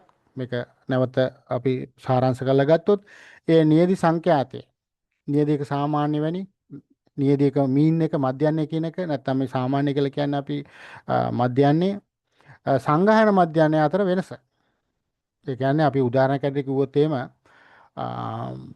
අනුරාධපුර වීගෝයින්ගේ යලකන්නේ සාමාන්‍ය අස්වැන්න 2025 මෙච්චරයි කියලා කියනවනම් කෘෂිකර්ම දෙපාර්තමේන්තුව අක්කරයකට බුසල් මෙච්චරයි 150යි කියලා කියනවනම් අපි නියදියක් තෝරාගෙන කරන සමීක්ෂණයේදී ඒ 145යි කියලා නම් ආවේ. එතකොට නියදි සංඛ්‍යාතය කියලා කියන්නේ අපේ 145. සංගහනේ සාමාන්‍ය කියලා කියන්නේ 150. එතකොට 150යි 145 අතර වෙනස 5යි බුසල්. ඒක තමයි මේ නියදින් දෝෂය කියලා අපි සාමාන්‍යයෙන් කියන්නේ. එතකොට එහෙම වෙන්න පුළුවන්. එතකොට ඒක අපිට 5ක් වගේ එකක් නම් ප්‍රශ්නයක් නැහැ. මේක 30 40ක් වගේ එකක් වුණා නම් ඒක එච්චර හොඳ දෙයක් නෙවෙයි. අපි කරන්න ඕන නියදි දෝෂය පුළුවන් තරම් අවම කරන්න. ඒකට තියෙන එකම විකල්පය තමයි මම නැවත නැවතත් කියන්නේ. හොඳ නියදි ක්‍රමයක් සහ සාම්පල් සයිස් එක වැඩි කර ගැනීම පමණයි. සංගායනයේ සාමසාමික සමස්ය කරන සංගායන නියදි දෝෂයක් නොමැත මන්ද ගණනය කිරීම මුළු කණ්ඩායම අතර සංගායනයම අපිට අධ්‍යයනය කරනවා නම් මේ කාරණාව නැහැ. ඒ කියන්නේ අපිට පුළුවන් නම් අනුරාධපුර ඉන්න ගොවීන් ඉන්න ප්‍රමාණය ඔක්කොගෙම අස්වැන්න පිළිබඳ අදහසක් ගන්නට ඒ කියන්නේ පොපියුලේෂන් එකම තමයි. එතකොට එහි නියදි දෝෂයක් ඇති වෙන්නේ නැහැ. ඒතර සංගායනයම අධ්‍යයනය කරන්න පුළුවන් නම් කෙනෙකුට නියදි දෝෂය කියලා කතාවක් අපිට එන්නේ නැහැ. නමුත් ප්‍රශ්නේ තියෙන්නේ සංගායනයම අධ්‍යයනය කරන්න බැරි අපිට සංරෝධක තුනක් එනවා ඉස්සරහට. නැවත මම මතක් කරනවා මේ සංරෝධක තුන.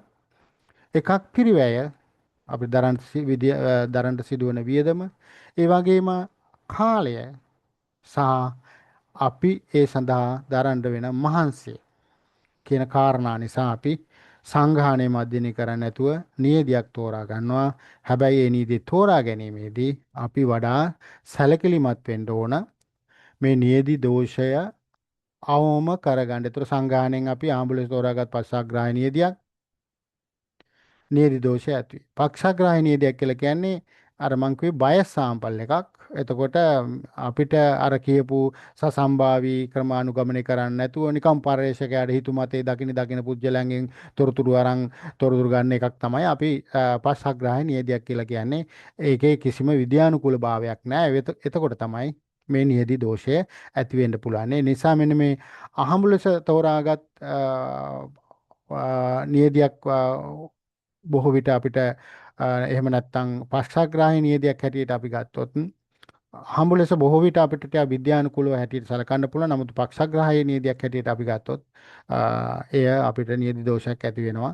අහඹු ලෙසත් ගන්නකොට ප්‍රශ්නේ තියෙන්නේ අර මං කිව්වා වගේ සමහරලාට මුළු සංගාහණයමය පැතිකඩක් අපිට නියෝජනය වෙන්නේ නැහැ. ඒ සඳහා අපිට තියෙන සුදුසු ක්‍රමවේදය තමයි අපිට ක්‍රමානුකූල නියදීමට යන්න. එතකොට එවැනි අවස්ථාවකදී අපි පොපියුලේෂන් එකේ තියෙන හැඩය ස්වභාවය අනුව අපි තීරණය කරන්න වෙනවා මොන නියදීමටද යන්නේ. ඒතර නියදීම් වල අපි කතා කරපු ප්‍රධාන අංශ දෙක අතර වැඩි වැදගත්කමක් තියෙන්නේ සම්භාවිතා නැත්නම් සසම්භාව්‍ය නියදි ක්‍රම තුනෙන් එකක් තෝරා ගැනීමයි. එහෙම බැරිම වෙන අවස්ථාවකදී අපිට සම්භාවිතා නොවන නියදි ක්‍රම වලට යාමේ වරදක් නැහැ. නමුත් ඒ යෑම තුළ ඇතිවන දෝෂය පිළිබඳ අපිට අවබෝධයක් තියාගෙන යාම වැදගත් වෙනවා. නියදි දෝෂ කාණ්ඩ සංගාහන නිරූපිත දෝෂය එතකොට විශ්ලේෂකයන් සමීක්ෂණ කළ යුත්තේ කාටදයි නොතේරෙන විට මේක සිදු වෙනවා.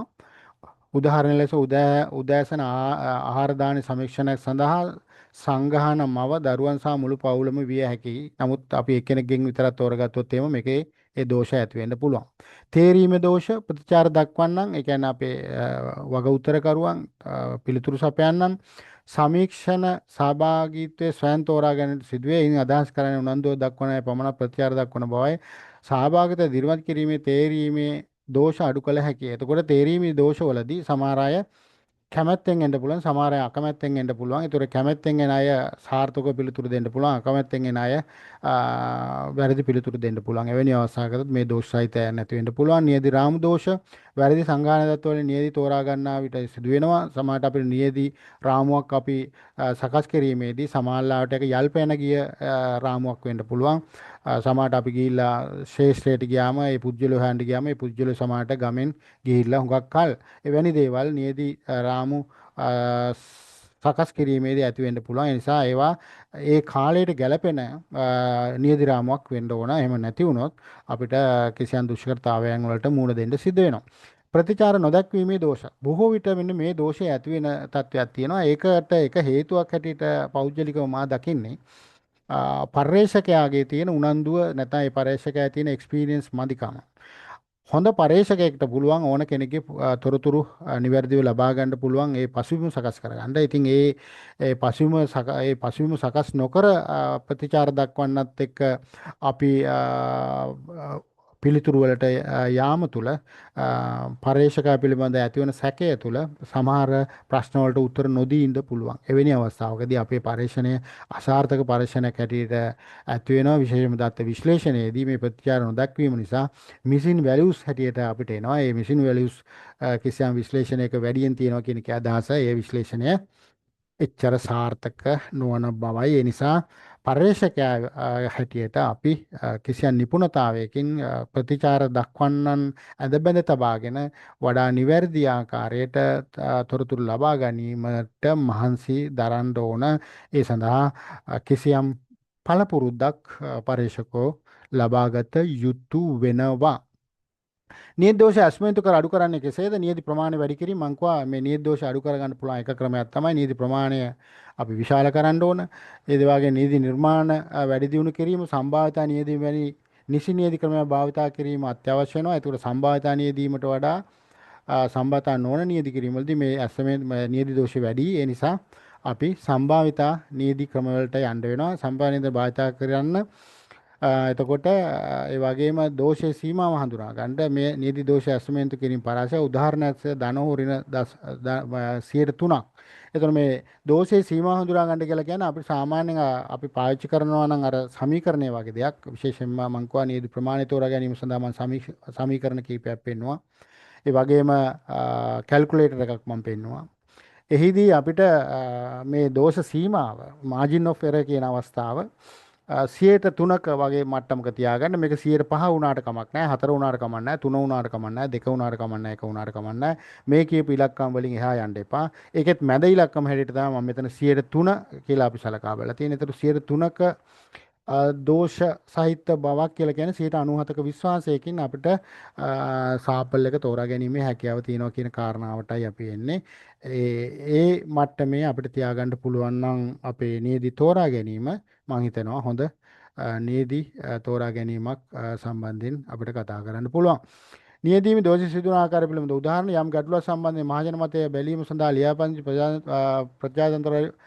ප්‍රජාතන්ත්‍රවාදීන් පමණක් සමිශ්‍රය කරන මත විමසකදී සමස්ත ඡන්දදායකයන් නියෝජනය නොකරන අතර එය නියැදි දෝෂයට තුරු දෙයි. උදාහරණයක් ඇරෙට ඡන්ද සම්බන්ධයෙන් කරන පරීක්ෂණවලදී මේකට මේ මත විමසුම් වලට අපිට තෝරා ගන්න කණ්ඩායම් මුළු සංගහණයම නියෝජනය නොවන හේතු කොටගෙන අපිට නියැදින් දෝෂය ඇති වෙන්න පුළුවන්. ඒ වගේම රට පුරා කරන සමිශ්‍රණ සඳහා නිවාස 1000ක නියැදියක් අහම්බෙන් ධනවත් පුද්ගලයන්ගේ අධික නියෝජනයක් ඇතුළත් විය හැකි අතර එමගින් නියැදි සාමාන්‍ය සැබෑ සංගහන සාමාන්‍යයට වඩා වෙනස් වෙන්න පුළුවන්. එතකොට අපි තෝරා ගැනීමේදී රට පුරා අපි කරන සාමාන්‍ය නිවාස පිළිබඳ කරන අධ්‍යයනයකදී අපි තෝරාගන්නේ ධනවත් නිවාස පමණක් නම් එවැනි අවස්ථාවකදීත් අපිට සාමාන්‍ය සංගාහනයේ සාමාන්‍යයට වඩා නියැදීන් ලබා ගන්නා සාමාන්‍ය නැත්නම් මීන් එකේ වෙනසක් වෙන්න පුළුවන්. ඒ කියන්නේ අපි ඇත්තටම සංගාහනයේ නියෝජනය මේක අවසාන කතාව මට කියන්න වෙන්නේ නියැදීම තුල මොන සමීකරණ පාවිච්චි කරත් මොන කැල්කියුලේටර් පාවිච්චි කරත් මොන කාරණා කිව්වත් අවසානයේදී හොඳ සාම්පල් එකක් අපි සිලෙක්ට් කරන්න නම් හොඳ සාම්පල් එකක් තෝරගන්න නම් අපි කළ යුතු වෙන්නේ සංගහනයේ නියෝජනය වන නියැදියක්. ඒකට අපි කියනවා නියෝජිත නියැදියක් කියලා. මේ නියෝජිත නියැදියක් තෝරා ගැනීම තමයි වඩා සුදුසු කියන කාරණාව කියමින් අපි නියැදීම් අවසන් කරන්න වෙනවා මේ වීඩියෝව තුලින්. එහෙනම් අපි ඊළඟ වීඩියෝෙන් හමු වෙන්න බලාපොරොත්තු වෙන